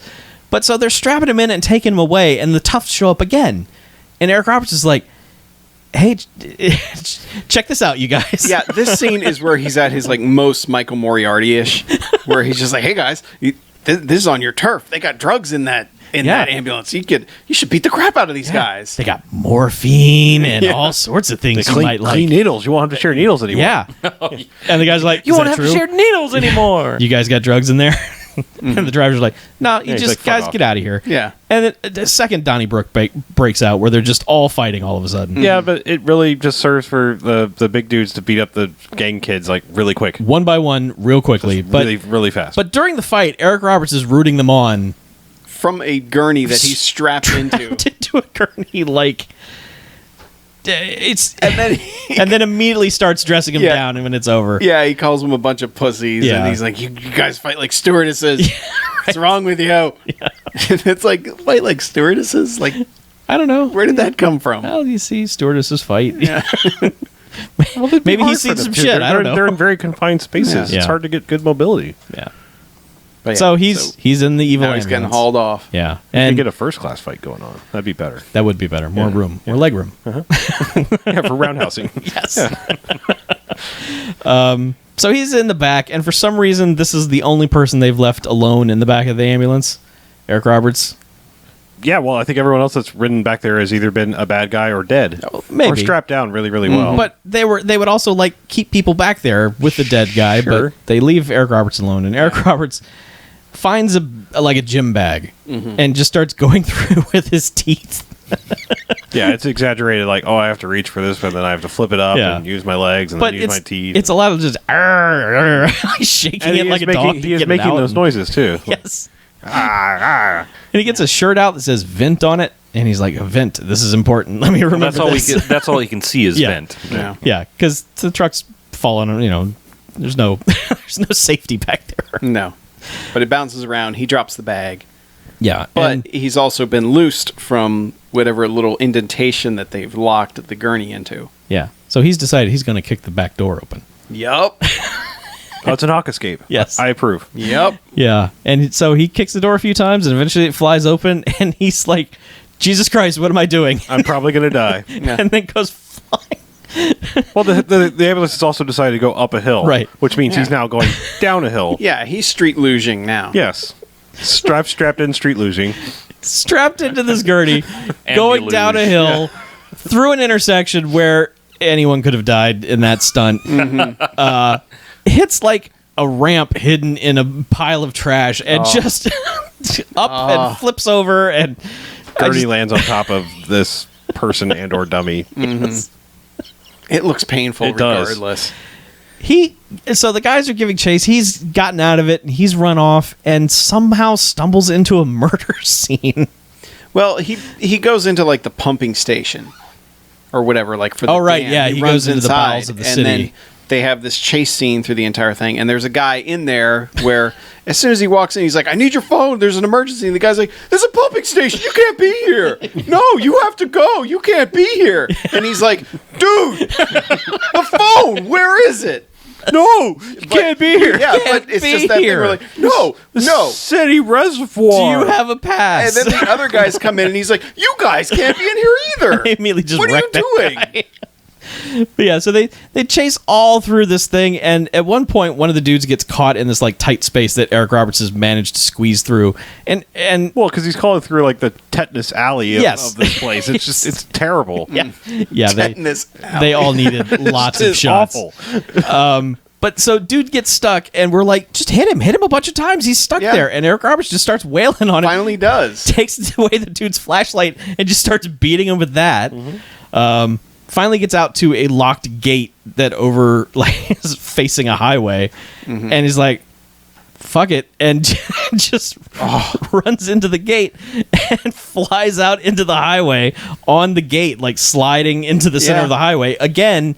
Cars all over the place, could have killed anybody in this scene. But he's like, "Holy shit!" Yeah, they don't they follow him out, and then he like runs up the hill, and he's in Central Park, and Yeah. he wanders in the middle of a murder scene. Yeah, he just walks right into the middle of a like crime like there are investigation. legs sticking out of a bush, and they're Yeah. like, "Hey, you!" That's not did a you-" bush. It's a pile of leaves. Okay. It's like a big lump. It is a It's pile a of cartoon leaves. pile of leaves. Yes, with two that legs This pair just of like Wicked Witch of Yeah. the East. Yeah. And he is freaking the fuck out. He's not even saying anything that sounds like a word. Yeah. He's just blah, blah. And they're just like, "You saw the Cuban guy who did this, right? Yeah, they're like, you're "Dude, our calm star down." witness Yeah. now." Yeah. And he's like, "Wait, sure, right?" He's Okay. like, and they're like, "Where'd he go?" He's like, "He's down there." Yeah. And then the police end up telling the two ambulance guys, "Hey, the body's over here." Right. And then, whatever. This basically leads to him being taken into custody. A different But police as precinct. but as a witness. Right.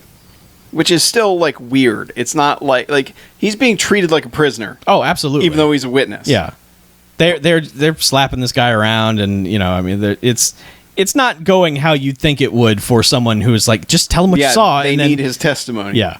So Lady Cop shows up, and she's like, let me have him. Yeah. I know this guy. She's been researching and is basically now believes him about all of this. Like, Right. she's now on board. I need a minute. I need to confirm some things I found, try to get some information. He's babbling about seeing the part of the name on the shirt. Mm-hmm. So she's like, I saw a shirt. It had a logo, and all I saw was Vent. Yeah. So she goes off like, okay, I'll go find out what that means. She goes to the Yes. records room. She goes to the New York Post computers And she figures it out that it's not a name, it's a place. Yes. It's the Vintage nightclub or whatever it is. Sure. That was the name of it. Yeah. Vintage. So she goes undercover. Yeah. Sure. Street clothes. She dresses in street clothes and goes to the club. Right. The hot club where This is every club in every movie of this era. yeah. It's just Where random music. it's like it's supposed to be full, but everybody can get anywhere they want to. Mm-hmm. with a little bit of moving. But this is actually like every club in every movie ever. Like Terminator is the only club. Yeah. Club Noir in Terminator is like the only club that actually feels like a club because wherever anybody goes, they have to push somebody else out of the way to get there. yeah. That's Here like you can the just only walk club and- that's ever looked like that. I always on felt a like freaking I always movie. felt like Tech Noir and Terminator felt like a real club because you could just walk the fuck in and there was a cover charge and that was it. Yeah. Like Yeah. not this like velvet rope. Like not every club is a Right. fucking velvet rope club Yeah. that you Right. come to. It was just a club in a strip mall. Yeah, exactly. Yeah, she's just like Yeah. walking down the street and it's like, oh, like, there's oh, a club go Yeah, here. here. but Hide this here. one's just this enormous club Sure. with like the neon lights, but it's super well lit. Oh, it's amazingly well lit. This is how much space there is in this club. She's looking around the club, just trying to figure out why she's there. The fucking ambulance is right there in the center of the club. How did they get it in the club? Like, It's so on it's a- not only it's on a ramp. Yes. like it's backed up a ramp, Right. and that's not the only car they have in this club. No, there are several cars. There's several cars. Like in the this. theme of this club is street signs and traffic It's and stuff. but- vintage. It's yeah. like 50s, I guess, or 70s, something Yeah. like that. But the fucking thing is parked right in the club. Yep. And she's just like, oh shit, Oh. I'm totally in the right place. Oh no, it's the ambulance. I got to make phone calls. Yeah. Yeah, So- and as soon as she gets on the phone, somebody's like, "I need a phone." Yeah. Even there's like 4 phones along the wall. Not even that. She that's when she calls the other police officer from the other precinct that Right. has Eric Roberts, and he's like, "Oh, you found the thing, huh? Really?" And he's like, "Hey, Eric Roberts, I got your girl here. She found the ambulance over this place." Click. Click and like drops the phone Yeah. onto the receiver. I And guess he's she like, hung up. "What are you doing?" Yeah. And she's like, "Hello," like I'm Yeah. just the biggest dick for no reason, Yeah. Yep. no reason. But then Eric Roberts does the smartest thing. He's like, look, you're absolutely right. I saw that murder, but it wasn't some Cuban guy. It was these 2 ambulance drivers, and I know exactly where they are. Yeah, I was scared. They said they were He going to hit kill me. me. Yeah, yeah, he hit me when I came in. So So I- but you know what? If you catch him, I'll turn state's evidence on Yeah. whatever. Come on, let's go. So that leads to all the cops descending on the vintage club, which is good. Because Lady Cop was about to get escorted by a guy one of the guys who acted like he was saving her from another, scumbag. Yeah, again, but Nick he's Chinlund. like, he's like leading her to this elevator of Yeah. like, we're going up to the VIP room. She's like, I don't want to go to the VIP room. Yes, you do. And so he starts getting real handsy. She's like, what? Elbow to the face. Pulls and out her gun. pulls Doesn't the she gun. headbutt him? Yeah, she Yeah, she punches has him with that. with her head. Oh, Yeah. okay. And then she goes over to the DJ booth Yes. with her gun, and It's like, turn on the PA. yeah. Well, the DJ's like, You can't be up here. yeah, This is for this is for employees only. Yeah. And she's like, I've got a fucking gun. I'm a lady cop. And She she's didn't. like, she didn't have her badge with her at no, all to no, pull she's out. undercover. We still generally carry a badge. Whatever. Whatever. Where's she gonna put it? Anyway, But she could tuck it in her jacket. Her badge was she turns on Raquel? she turns on the PA system and is like, "Hey, I'm a cop. Get out of here." and they all laugh at They her. all laugh. And so she fires her gun twice into the ceiling, and they're like, "Oh shit!" Which, by the way, we've established there's a second floor of this building because that's where the VIP room is. No, that's where the people that have been taken. I for know, the but- diabetes. but still. Well, There's a second floor. there is. She killed one of the diabetes patients. We find out later. Right. No, but we yeah, don't. so she fires 2 shots into the air, and then it's just like pure Chaos. panic to get out of there.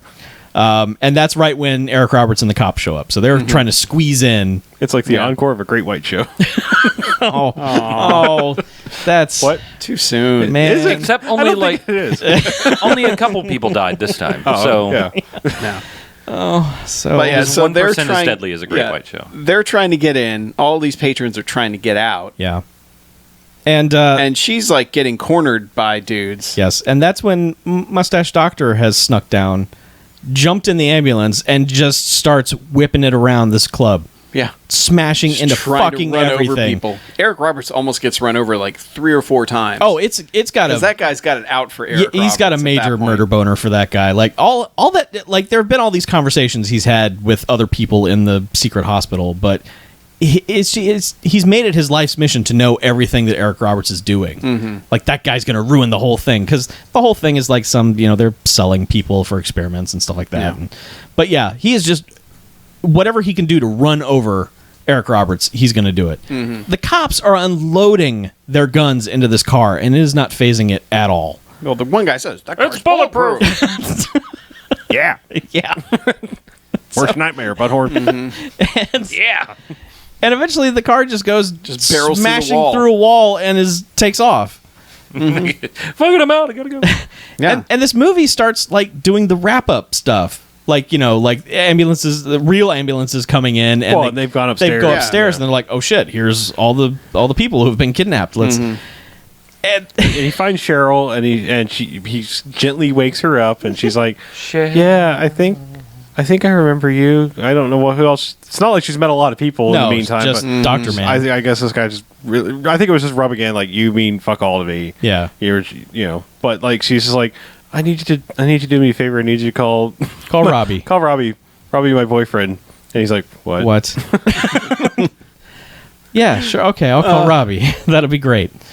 Yeah, Super well, she duper. actually says we were going through a rough patch, but I've had in all the this time time to here, think. I realized how much Yeah, I need Robbie. I've thought a lot. Yeah. I've had a lot of time to think, Yeah, and we're gonna work it out. yeah, I'm gonna work it out with Robbie. Please go call Robbie. He's almost. How many times did Eric Roberts almost get killed up to this point? Like 30, 75. 75. Okay. Every 20 Some by his own minutes. doing. At least twice by Stan Lee. They're He's like, been poisoned "If you by don't milk. fix your eyes right." Yeah, Yeah, Do we need a new scale like the Eric Roberts peril scale? Like maybe. how many? It's off how the many chart times, in this movie. How many times you almost get fucking killed for no good reason? Yeah, but you know what? You are not entitled to Janine Turner's affections because That is correct. she has Robbie. Robbie was there first. So Well, she doesn't want Robbie before Roberts. yes, that's right. Yeah. He goes out into the hallway and is just like He's immediately drunk. he's Yeah. super pissed drunk. He's just like, Robbie Powers, where are you? I'm calling you on the phone. Blah. And Lady Cop's like, it'll be okay. I'm here. And then, Yeah. like, okay, so like and Nick Chinlund again shows up dressed as a cop this time and starts to take Lady Cop prisoner. And Yeah. Red Buttons comes out and throws his urine on him. well, she elbows him like in the gut Yeah. because She Eric does Roberts solar just plexus, goes, instep, nose, and groin. yeah. Eric Roberts goes, aren't you a cop? Yeah. And she goes, yeah, Yeah. And so yeah, she stomps him, Yeah. elbows him, But and that's he's- when Red Buttons throws piss on him Yes. and then hits him with a bedpan Right. to knock him out. Now, keep in mind, she has finally murdered somebody. Like when they go into the club, one guy comes out with a machine gun and she blows him away. And the whole movie, Eric Roberts has sort of been prodding her, like, you killed anybody yet? And then finally, like, she does, and he's like, all right, you got your first one, good job. But yeah, Red Buttons comes out. Eric Roberts is in the background of the scene, holding the gun up by the tip, just like, hey, I'm Captain, I'm armed armed and and dangerous over here. Like, God, he's so drunk. He's so drunk. But he leaves, like, and like No. he like the scene ends and like Cut to. suddenly he and Lady Cop are in a limousine. drinking champagne. No explanation why or how or who provided the limo. This is not a standard cop service, I don't yeah, think. Like, she didn't. hey, and she didn't have paperwork to fill out. Yeah, Maybe- she totally maybe needs to this- take some She statements. didn't have to report how many rounds she fired into that dude she killed. guys, maybe this is what happens when all our movies normally fade out. All the cop cars come in, and then the limo comes, and our heroes get to it's- ride away. I don't think not so. a bad idea. It's dumb. We don't know this. But how there- how many should movies have we happen. seen where the ambulances and cop cars show up and the movie's over? The To limo all of might them. have been coming. Well, right sometimes after we get that crane shot, that rising crane shot, and I don't usually see Die any Hard ended in a ambulances. limo.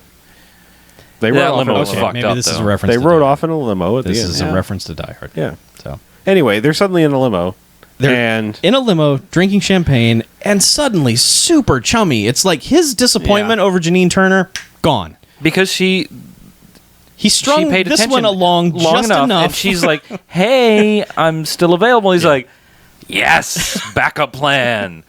because they do this whole thing about like I don't want to go home alone, and she's like, well, I'll guard your door, and he's like, well, what if someone comes in through the window? And she's like, "Well, that's it.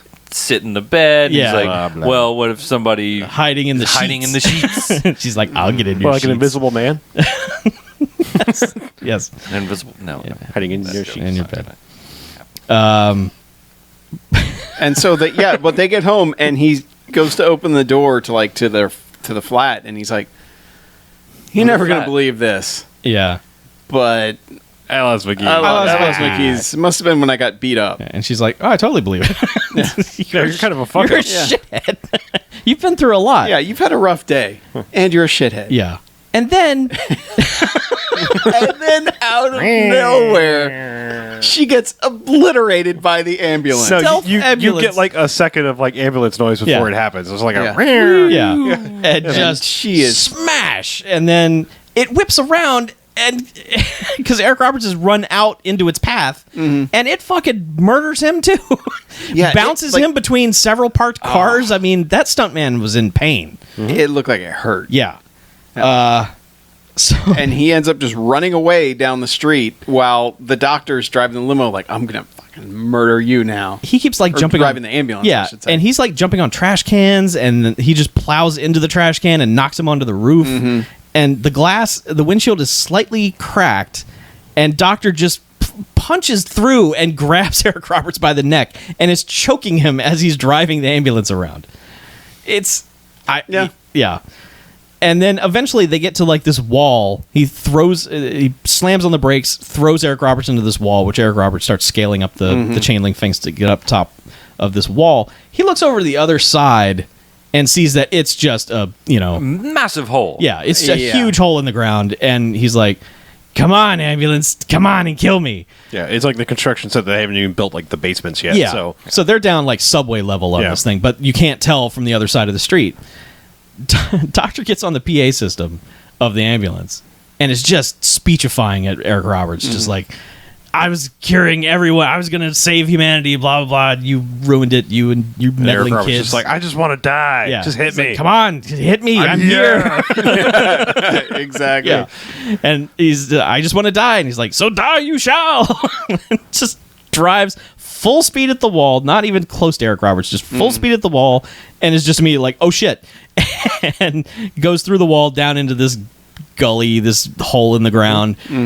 Ambulance instantly goes up in just a fireball. Well, it hits like a Well, it hits like a one thing they built out like hole. Just Yes. like a blast container essentially Yeah. is what it is. But But it like crashes like a few roof- times I think on the it, way like, down. Roof down it lands and then yeah. explodes. Yeah. and then massive fireball. Yep.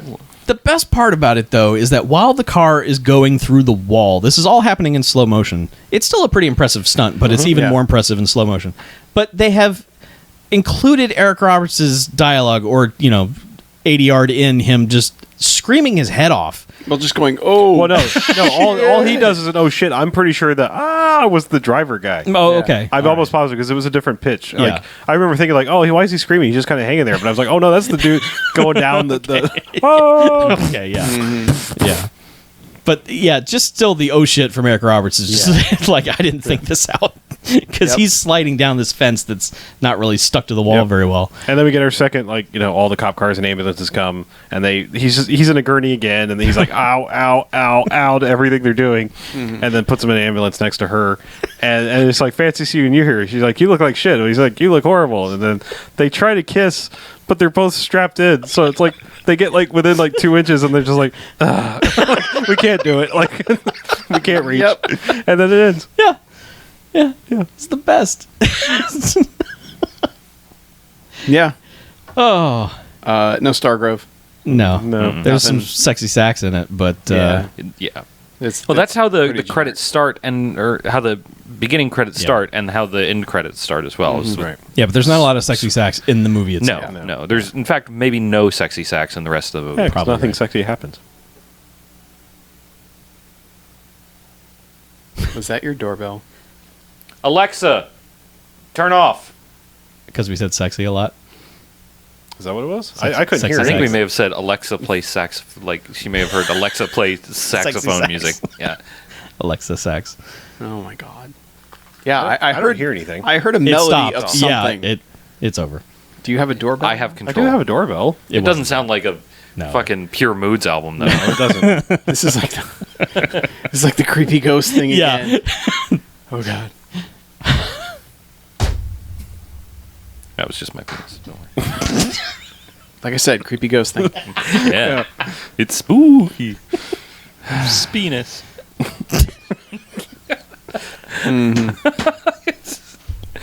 Nothing better than making Chuck laugh.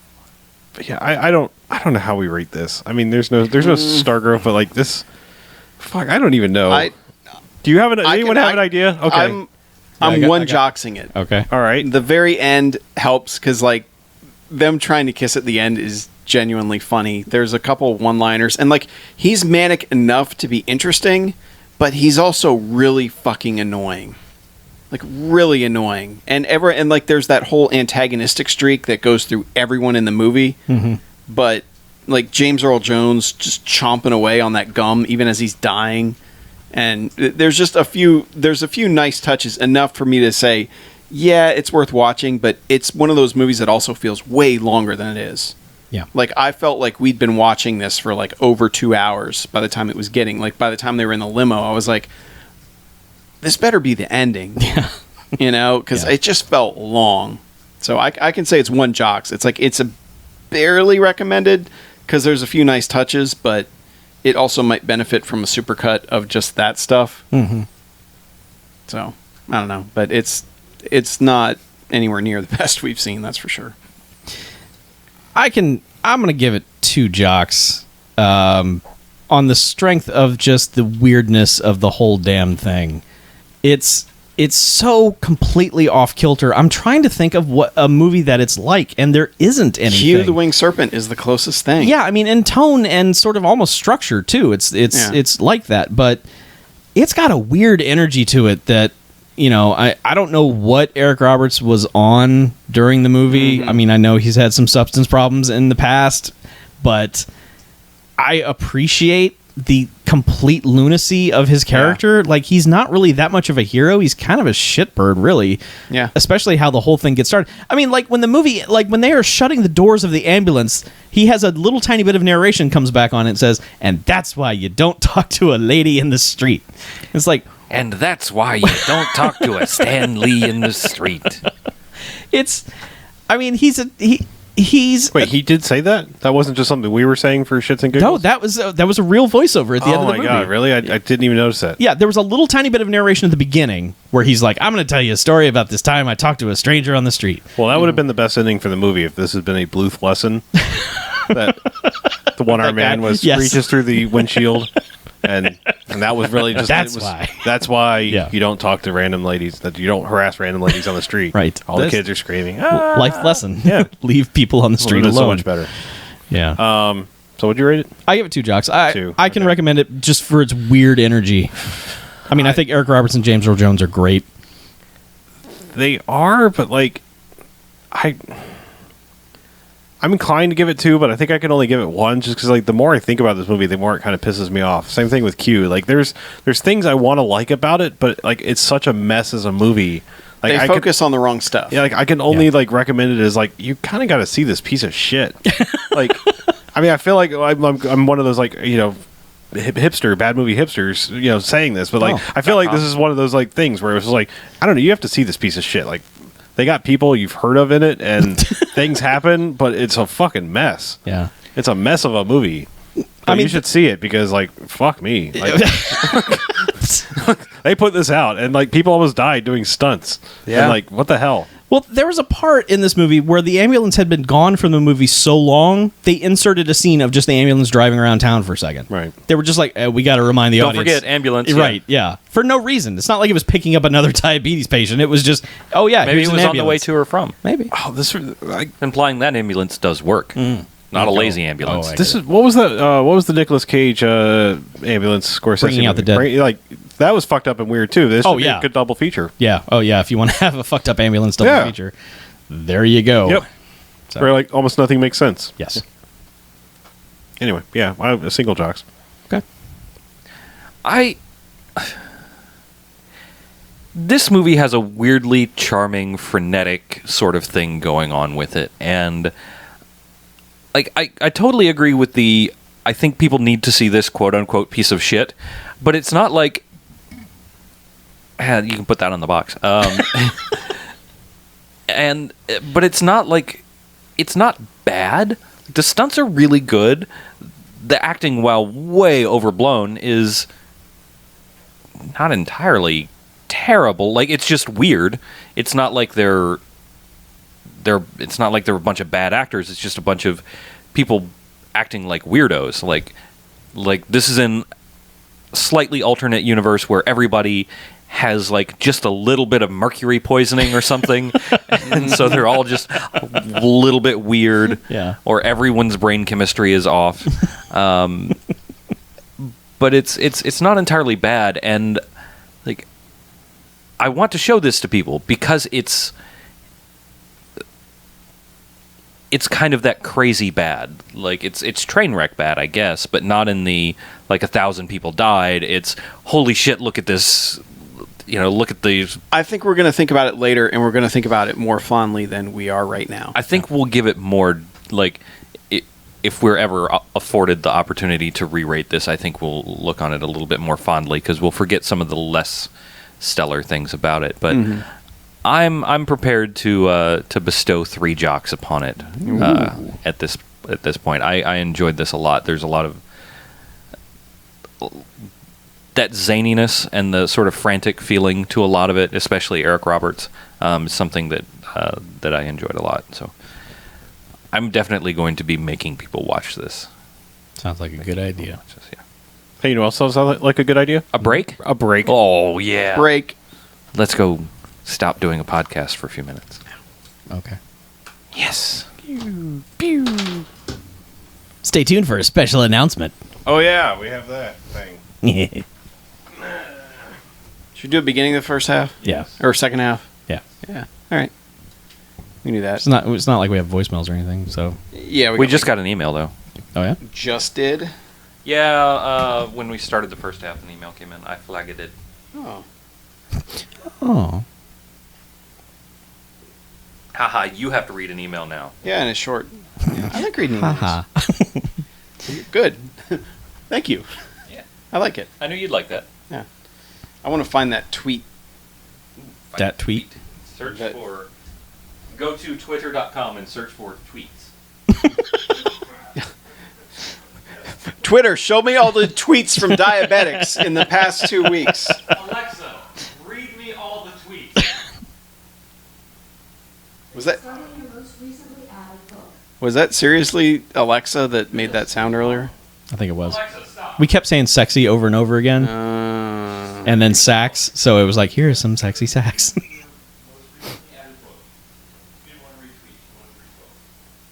Books. Who wants to read books? Losers. Yeah, seriously. Robots don't read books. You fucking literates. Yeah. Goddamn literates.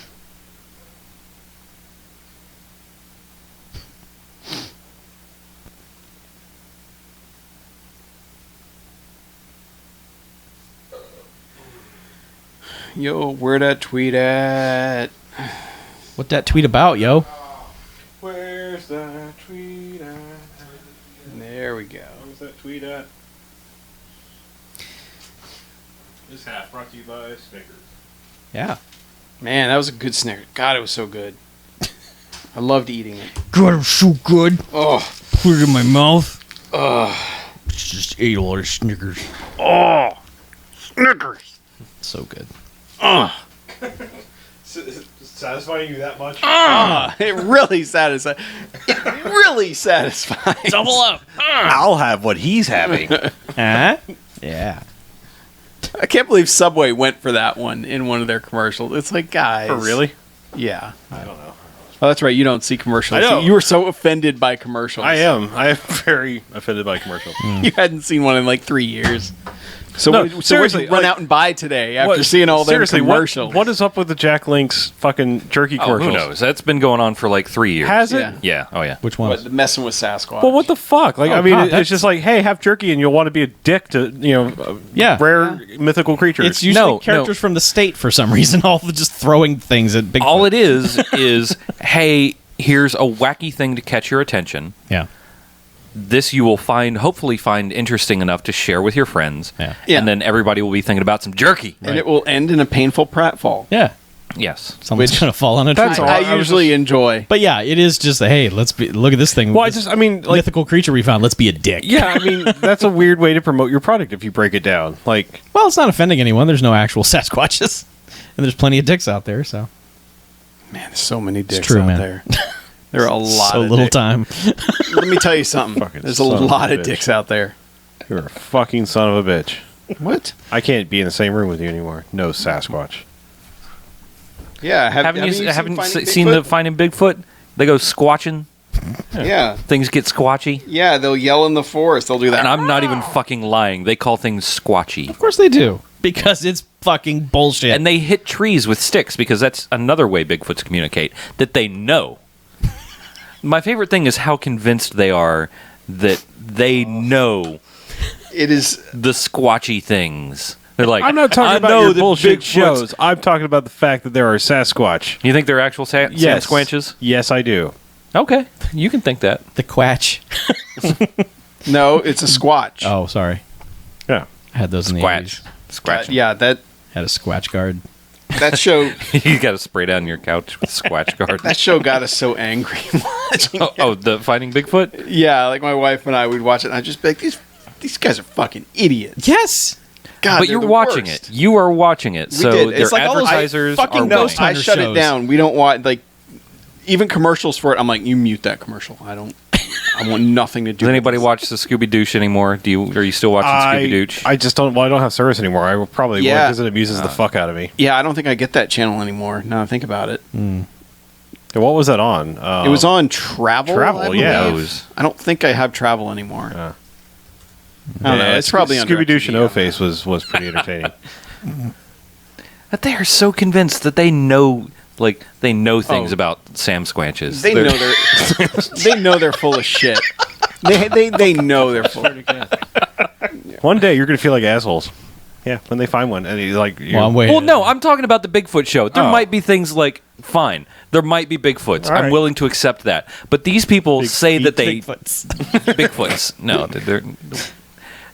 But these people are so convinced that they actually know these things about Bigfoot uh-huh, or Bigfoots or Big Feet or Littlefoot, or Big Feet. the grave digger.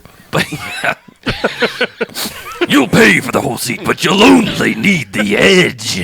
Sunday. Yep. But I just find it amusing how confident they are in their knowledge yeah. of Bigfoots. It's like the people who know things about the Loch Ness monster and Yeah, stuff. you Fucking double haters, down, man. I swear to I'm God. not hating on the Oh, mythical. you're haters. the I'm going to be potentially hanging mythical out with creatures. Wait, do Sasquatch you drinking believe Loch toilet Ness wine. Monster You're gonna too? be hanging with Sam Sasquatch Squanch? drinking toilet wine, man. We're going to be fucking. I'm gonna tell some stories. Let's do a second half. We've got big news. Big news. All right. All right, everyone, prepare yourselves. Oh, Yep. Prepare thyself. huge news. Your minds are about to be blown. This is going to knock your feet on your ass. Yeah. I hope you're wearing socks because We're gonna knock them off. no, No. because your feet might be cold. It's summer. Oh, Well, if you're in Australia, your You might feet have poor be circulation. Cal is listening in Yeah. Australia. hey, Cal. or New Zealand. You know, because that's south of Australia. Right. It's even warmer. That's not how we started at all. Thank you for sneezing in my direction, and not towards the wall over there. I didn't want to sneeze nobody- at the viewers. Oh, because they might catch something. He didn't want to They get might catch all an- over that hot get him Joe a- Piscopo get him album. Catch a fucking computer internet virus. Yeah. Don't click on that podcast. You'll get a virus. Son of a... I did the vampire sneeze. I didn't sneeze like. You went like this. So basically, you shielded your own eyes One from the sneeze. sneeze while you aimed everything else at me. I went. Yeah, I catch all the shrapnel from that. Yeah. Yes. Yes, because I'm tired of you being here. I want you to go Oh, away. yeah. Oh. Because me skipping a podcast and a half wasn't quite enough, was it? yeah. You missed it like wasn't. 100 sneezes during those. Oh, Jesus. He's So just many welcoming. sneezes. No, I didn't sneeze at all. I Oh. save them all for when You're this allergic to fucker me. gets here. Sweet. Wow. This was not the secret we were going to reveal, but not. Jesus. Yeah, sorry guys. It's over. Die, my darling. That's it. We're gonna die here in a second. I don't know what's gonna kill us. All right. but stay tuned. Aside from that, do we have any movies? I don't. I have one. I saw it in the theatre. Okay. Well, and a couple I can talk super brief. But did I we're good. Did I talk about that weird documentary I saw? The one about Quiet Riot? Superman. Did I talk about a Superman documentary? No. Shit, guys. I don't know, No, man. you I didn't. wasn't No. on the podcast, No, so you I didn't. No. Okay, then I'll talk about the fucking Superman podcast. Fine. All right. Shit. Man. So antagonistic. God, I wonder if that movie affected us. We could talk about the Quatches. I don't want to talk about Squatches. Or squatches. Squatches, not quatches, you son of a bitch. Get your terms right. Get your terms for fake things right. Start the reactor. Those are quados. Fucking idiot. Oh, the racers? There's chick quados. Quados. Andy, you want to buy some used parts? What? Oh, that was Watto. Okay. All right, sorry. Oh, I get it. Yeah. Annie. All right, enough. All right, welcome back. Hey, BMFcast. BMFcast. Hey, guess what, Second half. everyone? We have some news. Do we? Breaking news. Is it Well, new news? Well, Not really. It's kind of old because it's August. yeah. Well, see. Why is it old? Because it's August. Well, there's been a thing that may possibly have been happening that we were What? kind of just waiting to see if anyone would notice. I think someone What noticed. sort of thing? Well, you know how for a while there, some people were recommending theme months. Yeah. Remember theme months? We've done theme months before. We've done a lot of We theme did a months. theme month in April, didn't we? Did we? Yeah. We did a whole month of themes. Yeah. Right. Yeah. We've also done many other theme months. Yeah. So no, why we've don't you been read avoiding 'em. why don't you read as a tweet there, Mackie? Did you find as a tweet? Yeah. Jimmy Brown, Shifty B, as in B. Arthur, because that's how it's spelled. Oh, okay. He said, "Hey, is there a reason why the last 20 or so shows have been about films from 1990? I think I missed something." Actually, you didn't. You didn't But miss you anything. did, but you didn't. There is a reason, though. You didn't have to miss it, but you did. But you did. But he's the only one to actually question that specifically. Directly. We've had other people mention like There have the been hints, 1990. allegations, Yeah. and things left unsaid. things rumblings. maybe have happened around 1990.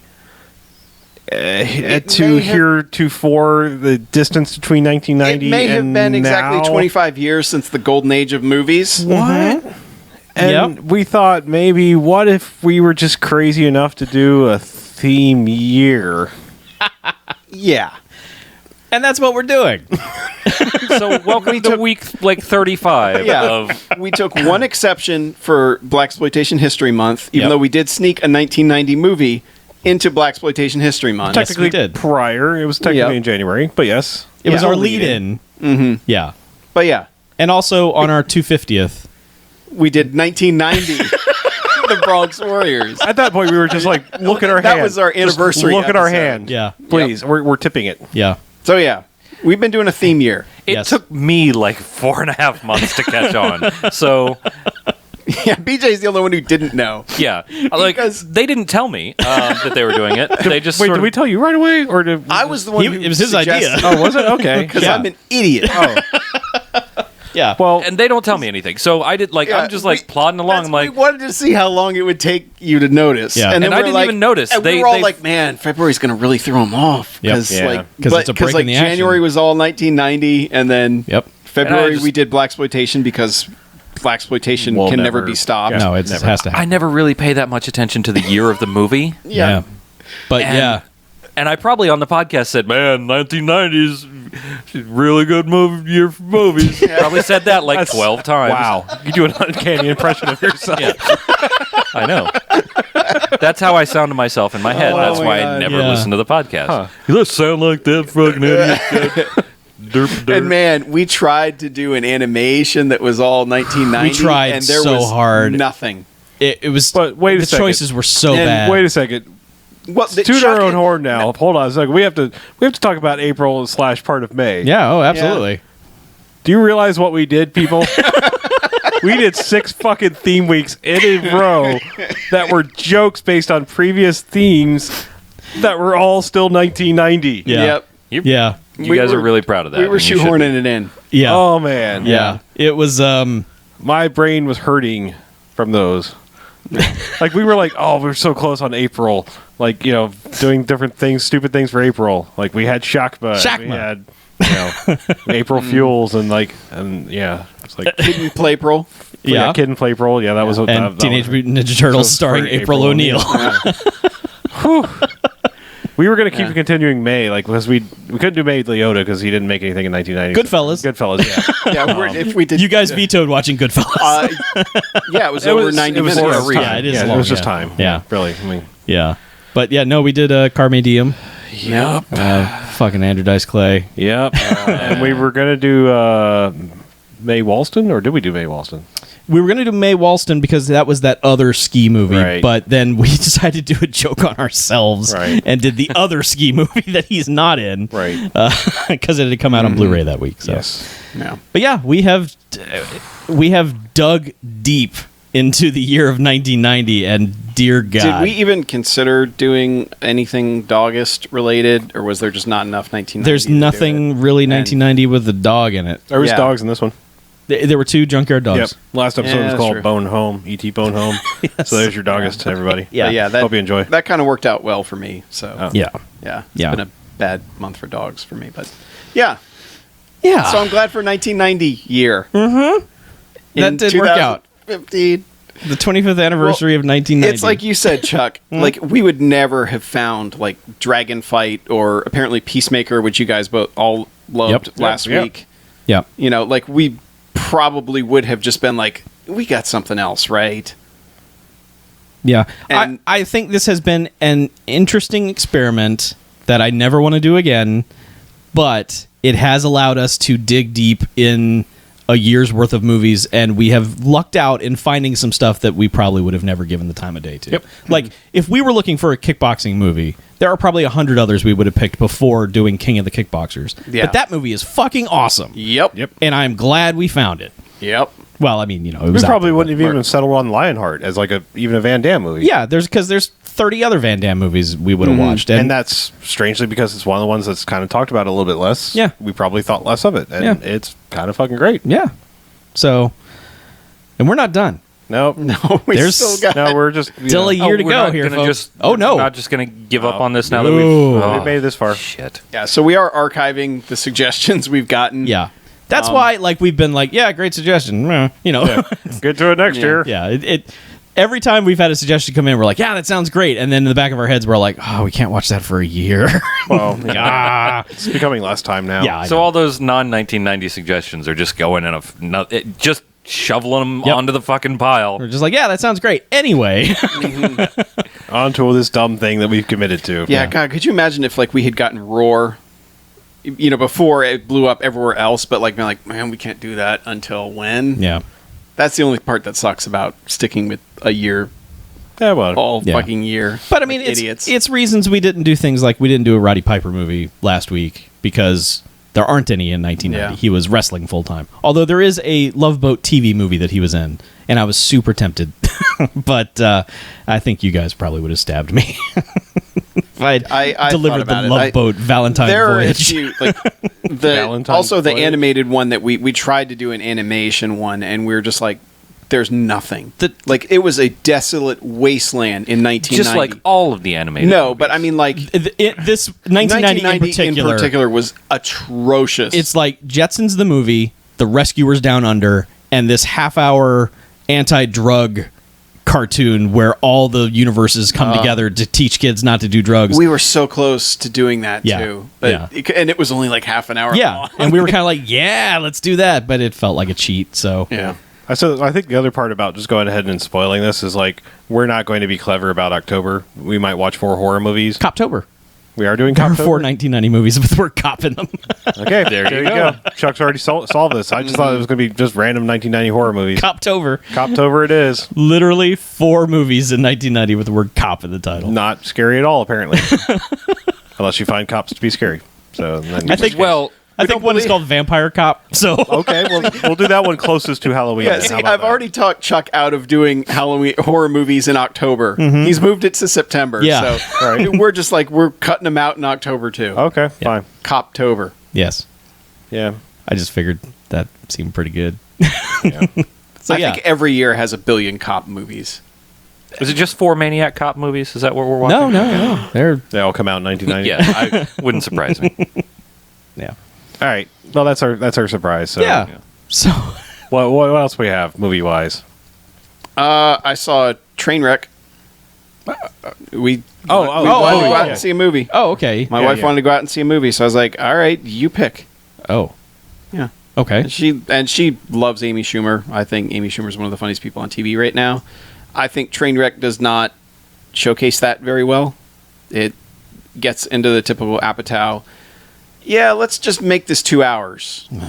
And it's kind of like feels like it has 4 or 5 acts to it, which kind of, I mean, it's a good movie acting wise, and she does a good job with that. But it's like all the funny from her is really front loaded, like when she's just, boozing around and sleeping around, and like one guy's really well hung, and he drops his pants and she goes, "That's like the entire cast of Game of Thrones." There's some good stuff like that early on. Uh-huh. And also she's dating one John Cena What? early on, and he's fucking hilarious. Like, he's genuinely funny as hell in that, which is really weird. But he's also playing like a meathead guy who constantly works out. Sure. So, which See, and I think we've, at least between Harlow, Chuck, and I think we've talked about how wrestlers can actually be good actors, and they typically are a lot better actors than a lot of people give them credit for, because every week, at least with the WWE guys, they're every week playing a character. well, yeah, and they- he's also willing to embarrass the shit out of himself. Oh yeah, which he apparently Like- does in this movie. Yeah, like if John Cena looking at him, I'd be like, "What the fuck am I doing?" Yeah. Right. But it's kind of like he's willing to go there with a lot of it. I would just say on that quick tangent, I know we all like The Rock, but I have been surprised at how good of an actor he is on Ballers Yeah. on HBO.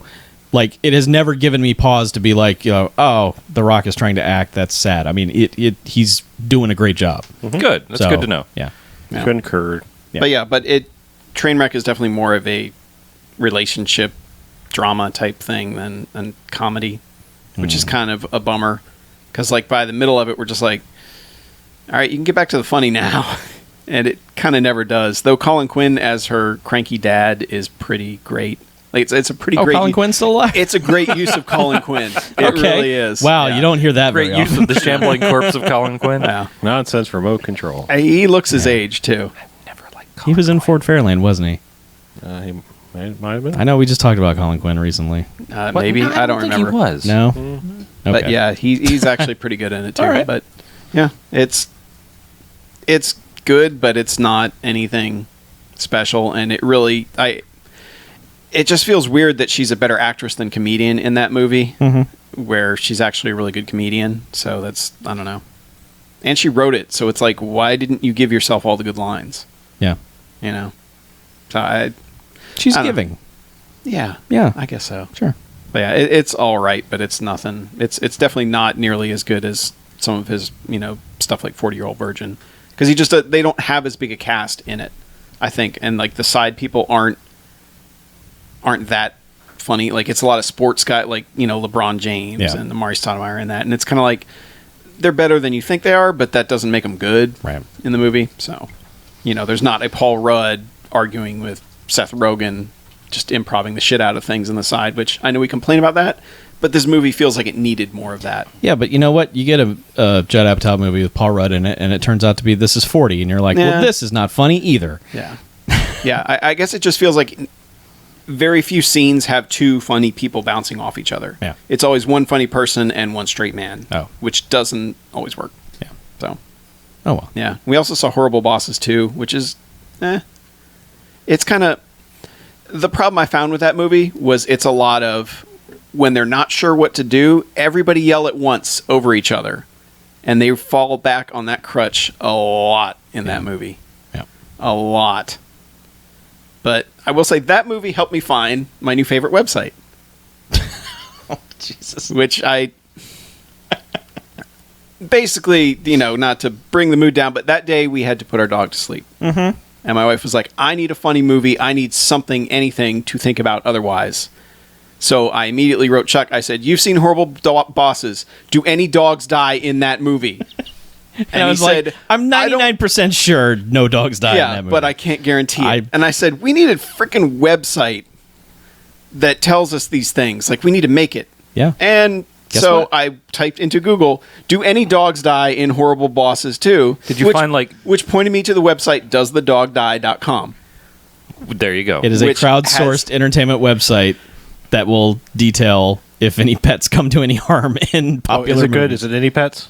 Yes, it will mention any pets. Okay, yes. good. It's not just dogs. It is a godsend because we almost watched A Fish Called Wanda, which Jesus. apparently there's a part where 3 of the pets are killed, and that specifically mentions that scene. Is like, nope. Because I was getting ready to type, that movie's fine. It's just a dumb fish. Nope. Nope. Yeah, so I was like, oh, we're not watching Fish Called Wanda. Yeah, no. There was like 3 funky colored poodles, wasn't it? Yeah. Yep.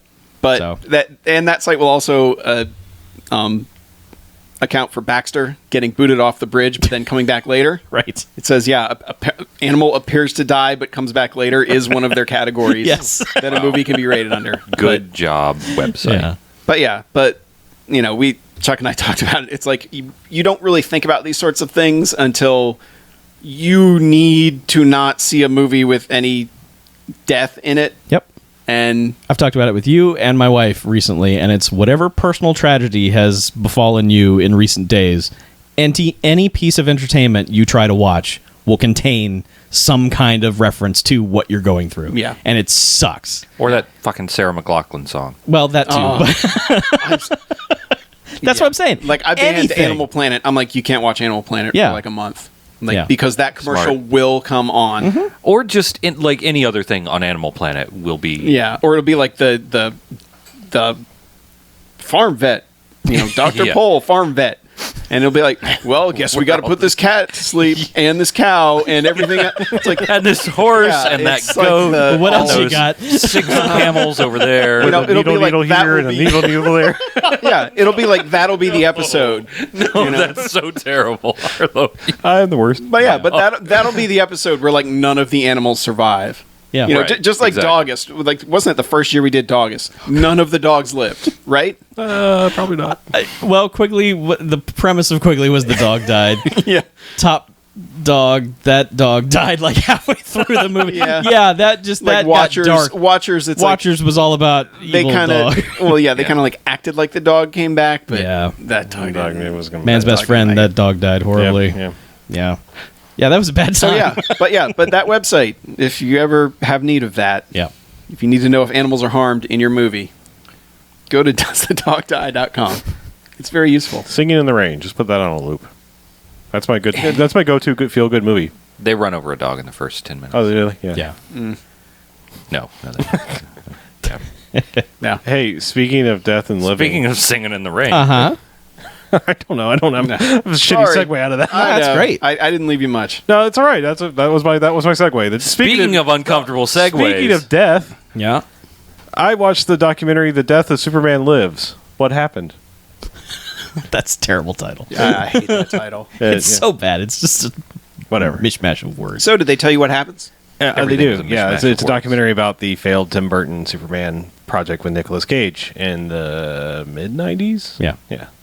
What happened?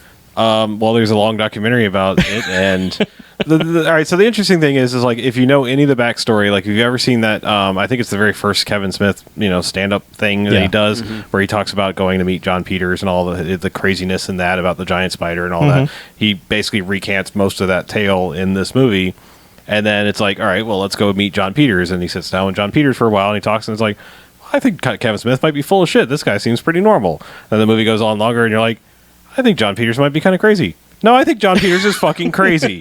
Yes, he's fucking crazy. Yeah. And like, so it's like this movie just kind of keeps going on, and you're like, yep, there's your answer. There's what happened to the movie. This fucking guy. Do they talk to Nicolas Cage?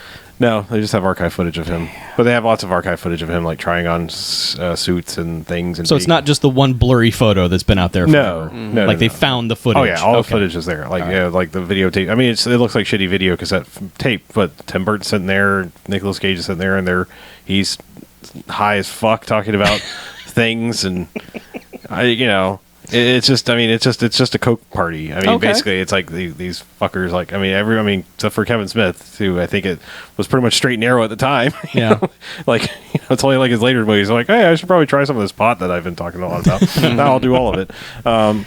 Did they talk to Tim Burton? Yeah, he interviews Tim Burton in his freaky little house in England or whatever. Oh, okay. It's the thing is, like, it's weird, like seeing Tim Burton now. It's like all the mystery for him is gone. Like he just kind of looks like a sad sack of a man who's just like been forced to like I don't know. It's just like he's gotten some like Greek curse or something where it's just like he's got to he's forced to make some weird caricature of his original vision of gothicness, and it's just like I have to keep shitting this out over and over again with the same actors and call it something different every few years.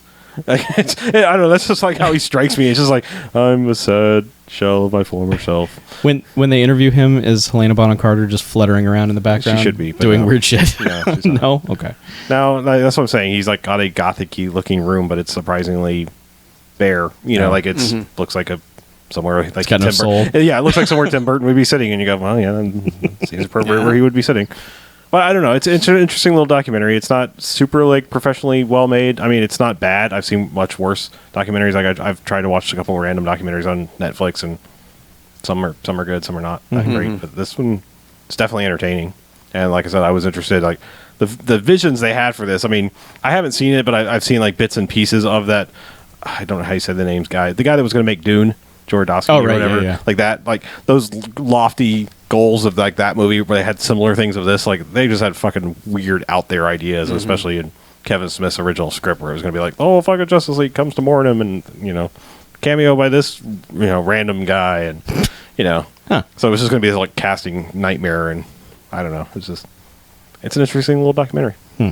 And so this would have come out around when? Like 98? This basically fell into apart in like curved up, like it ramped down and died for a year or two, and then they immediately started up with like the Bryan Singer. Okay. Because they were already like, well, this is falling apart. Maybe we talk to somebody else, and it's like this whole thing fell apart, and then like they ramped up the slow roll to Bryan Singer's Superman Returns, because they mentioned that a lot in this about people. Because I guess they were like even considering Kevin Spacey for this one for Lex Luthor. Wow. So that like, some things carried over.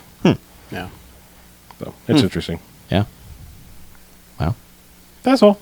Okay. I only saw a couple other things. Watch South Park the movie again. Yes. It's the best musical. It's my favorite musical. All right. You're right. You're correct. Yeah. It parodies so many things so well, and what's sad is so much of it is still utterly true. Mm-hmm. Like nothing's changed in the 15 years or 16 years now since that movie came out. Yeah. And that, if you show a boob on screen, dude, might as well get an X rating, but if you fucking chop somebody's head off, nobody cares. Yeah. Yeah. That movie still loses a lot of momentum once Kenny dies, though. And then it becomes very plot-based. Like when it's just them just watching a movie and then going nuts over swearing over everything, it's still at its absolute funniest. But yeah, that movie is front-loaded, but still. Yeah, it's still pretty damn good. Clitter says dude. Yep. Dude. Yep.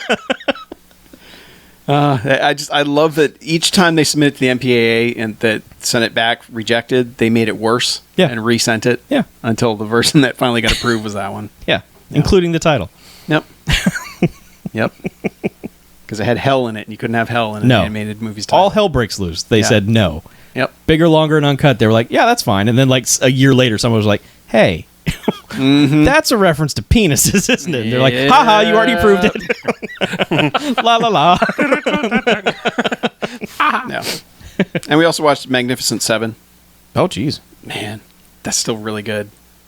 Wow. Still How really- did that come up? It just, we were out of town, had a bunch of Blu-rays that I brought along, and I was like, if we're in the mood for a Western. She's like, yeah, let's do a Western. And I'm like, all right. I'm like, this is basically a remake of one of the best movies of all time called Seven Samurai. And so immediately after watching that, she's like, I want to watch Seven Samurai. I was like, good. Yeah, that's the correct reaction. Yeah. But yeah, like Yul Brynner is so funny because he's like a complete badass in that movie, yet he walks like a combination of the T-1000 and Trash from 1990, the Bronx Warriors. He does have an awkward walk. It's the weirdest walk, but he's so fucking awesome in it. And Steve McQueen is awesome, and like it's just all these old dudes that are just the best. Yeah. You know, like Charles Robert Bronson. Vaughn, Yeah, Robert Bronson. Ernest Borgnine. No, he's in the Wild Dirty Bunch. Dozen. Yeah. Kidding. Wrong number movie. Yeah. But, oh, and God, no, I can't remember his freaking name. The lanky ass guy who's just got the best way of shooting. Because, God, my brain. James Coburn. Oh, That's what right. I'm thinking of. Yeah. God, like at the end when he's in the shootout and he's like not even aiming, he's just like kind of chilling behind a rock with like his gun at his waist, just like blam, blam, blam, just annihilating dudes. Yeah. Yeah, there's a lot of good stuff. Even though that movie kind of like, it's weird that movies now have trained us to like, okay, big finale and the bad guy gets it worse and you know everything goes nuts, and it's not really like that. It's just kind of like. It just kind of like the ending is very anticlimactic almost by today's standards. Yeah. You know, and it's just kind of, I don't know. It's hard to explain, but it's we've been conditioned to have everything ramp up, and it doesn't in that same way at all. Like the scene before that is way better. But that movie's still great. There's so much character work that happens so fast that it's really enjoyable. That music is excellent too. Yeah, that does have an amazing score as well. Yeah. But yeah, that movie holds up. The Blu-ray actually looks really good. There's only a few scenes that are like, wow, that's grainy as hell. They must have like lost the negative or something. But the rest of it looks phenomenal. Yeah. So, yeah. Westerns. Westerns are awesome. So hopefully my wife can sit through 3 hours of subtitles to do Seven Samurai. Yeah. Good But luck. she was all for She it. knows how to read. Yeah, I know, but she was all thing. for it after that. She stayed awake through Magnificent Seven. I was like, oh, that's a plus. Yeah. Sweet. Then you can Yeah, watch like Battle Beyond the Stars and Three Amigos, Bugs Life, Last Man Standing. Galaxy Quest. I know. Yeah. Be great. It's a great damn remake, though. I used to piss people off all the time by saying this movie was a ripoff of The Bug's Life, and it's like, hey, this movie's just a Bug's Life, and just like people would be like, you idiot, and I'm like, I know. You have to pick the worst one. That's how you do it. Yeah. This is a ripoff of Return of Magnificent Seven. No. Yeah. That's right. Yeah. Yep. Movies. Yep. Movies. Just TV for me. Yeah. Yeah. We'll probably just save TV Corner. Yeah, I feel like I'm going to forget about all of the TV Corner that I've watched, but I'll just say quickly that I'm pretty much marathoned the latest season of Orange is the New Black because I didn't do that immediately after it came out because I was watching wrestling or something like an idiot. But that series is still fucking good. That was what, the second season or third season? Third season. Yeah. So I expect that this next season will fall apart. Right, because that's when it happens. Yeah. Yeah. It's Genji Kohan, so it's coming soon. It's either going to be the fourth or fifth season. It's going to just turn into a giant shit show. Hooray! All right. But this first three seasons We has been... never really did that. I mean, I don't know what everyone. Really? Yeah. I mean, everyone, like, I've seen so many other shows that turn into much bigger shit shows. Weeds wore out for me. Like, it just became everyone. the increasingly I feel like everyone stupid shits adventures on every of- show, but I've seen so many shows turn worse, so much worse than that. I don't know. Weeds just got so absolutely fucking ridiculous at one point. It was like, I know you like it, but I can't, like, I couldn't deal with it. I think once they went to Mexico is when it just, like, really turned, or I really turned on it, whichever. Too much Kevin Nealon. No, maybe not enough Kevin Oh, Nealon. okay. I don't Well, know. that's a weird. Never thought I'd hear that. But More Kevin Nealon. Kevin Nealon might have been the best part of that show. Oh, okay. Yeah, it was pretty good. But yeah, I mean, I'm cynical, so I expect that it's going to go bad. Like they're just going to run out of stuff to do. It looks like they may have sort of run the gamut on what they can do with clever women's prison show. Well's run dry on this, folks. Yeah, I mean, all done. I mean, I know that that there's room for these characters, but there's plenty to explore with these characters. But this, I think the setting, even though they're doing things to it, I think the setting may run stale, and they may sort of run out of crazy prison drama to throw at you. But I mean, Oz had like 1 billion seasons. So. Oz was on a long time. Well, that went bad too. So. Yeah, but I just feel like I don't think because of the quality of the show, like there's no like obvious harbinger of its doom, except for the length of time. I mean, 3 seasons of really good TV. I must turn on the shows that people don't turn on, because like everyone seems to always have a problem with these shows, and like I'd say a show that turned was the fucking Sopranos. I could not give 2 shits about the Sopranos after like season 4 or so. I mean, it's like it just got really repetitive to me. I don't know. It's just strange. Like all these people talk about the most flawless shows of all time. I'm like, really? Because that one. Oh, there was a Like, I mean, drop-off point. people have already turned on Game of Thrones too, though. So whatever. That's a different thing altogether. Yeah. No, I mean people. There are many different factions of people as to why they've turned on Game of Thrones. I know. Whatever. Some of it is book people Yeah. not liking that they can't be fucking elitists and be like, I already know what's going to happen here. I would like to go on record as not being one of those book people. Okay, I am a book person, but I'm not one of those book people. Yeah. Just throwing that out there. So, I don't give a shit. All right. So. Do we have correspondence? I think we do. Do we have a correspondence? We got a couple. okay. Yeah. Mackie's back, so he can read them. And Yeah, be good I can at read it. them. Yeah. First one up's from John Oddity. It's called Broody and the Bump. Hail BMF.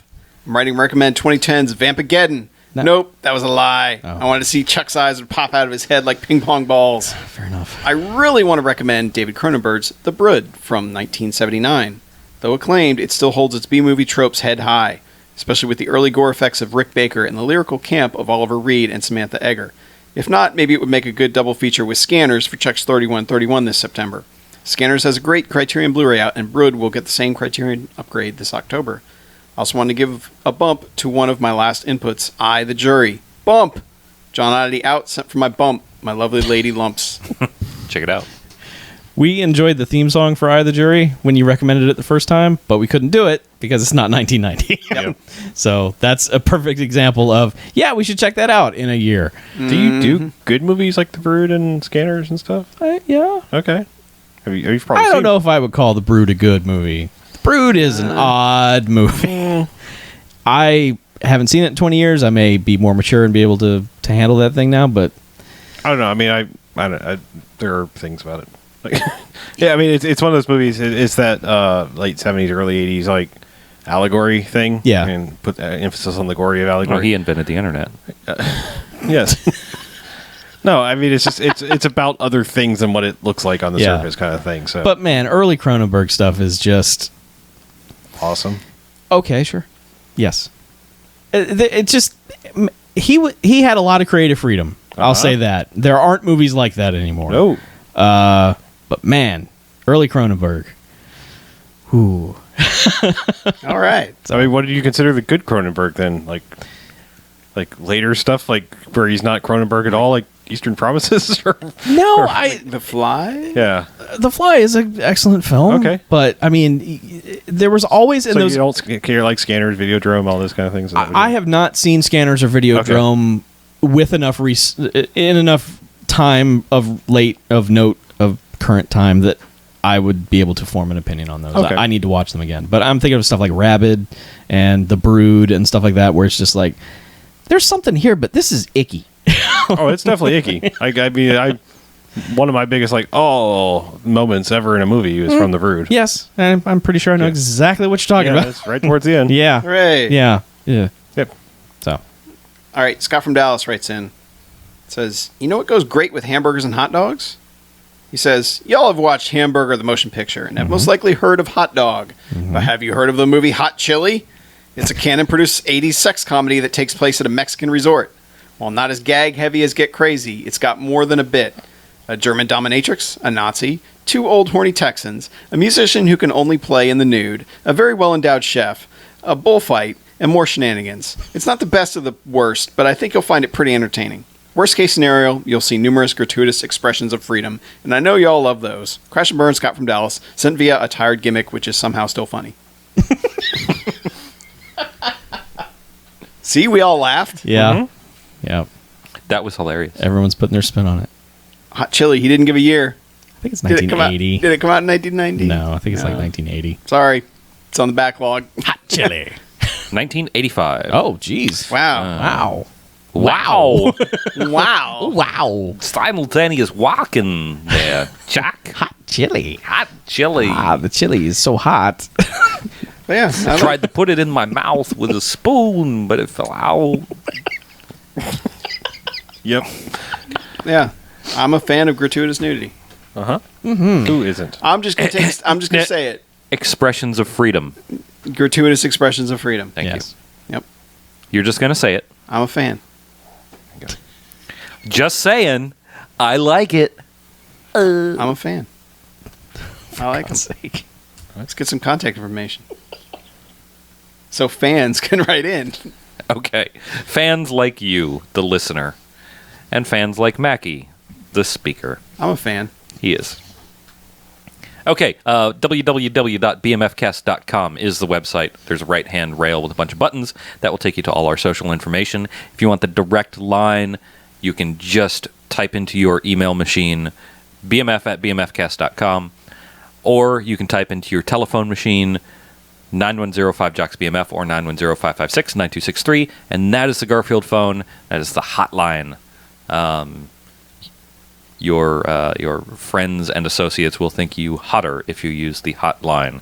That is a guarantee that is not actually a guarantee.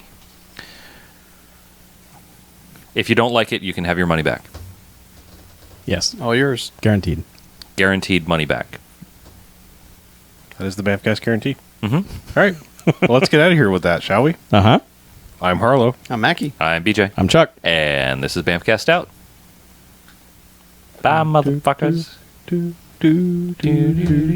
thanks to Hot Pockets, everybody. Hot Pockets. Hot podcast. Hot Hot Pockets. Hot Pockets. Hot Pockets. Hot podcast. Pockets. Hot pockets. Pot pockets. He's not even saying words anymore. Snot rockets. Huh? Can you leave everything booted up? I can leave everything booted up. Do you have like 5 extra minutes? I do have like 5 extra minutes. You and I could test something. Uh-oh. Like live on the live stream? Is that No, not on the live stream. Oh, On a computer. on a computer. On this computer. In On this this room. computer. All right. So apparently I have to end this because Chuck wants to test. No, something. you can leave it running. I'm just saying. When you're done live broadcasting. That's what I mean. I have to shut the live broadcast down. Yeah, I'm just okay. Okay. All right. Well, we'll see you next time. Chuck's got important shit to Not do on the what I- computer. Yeah, right, good night, right. people. Not what I meant. Farewell.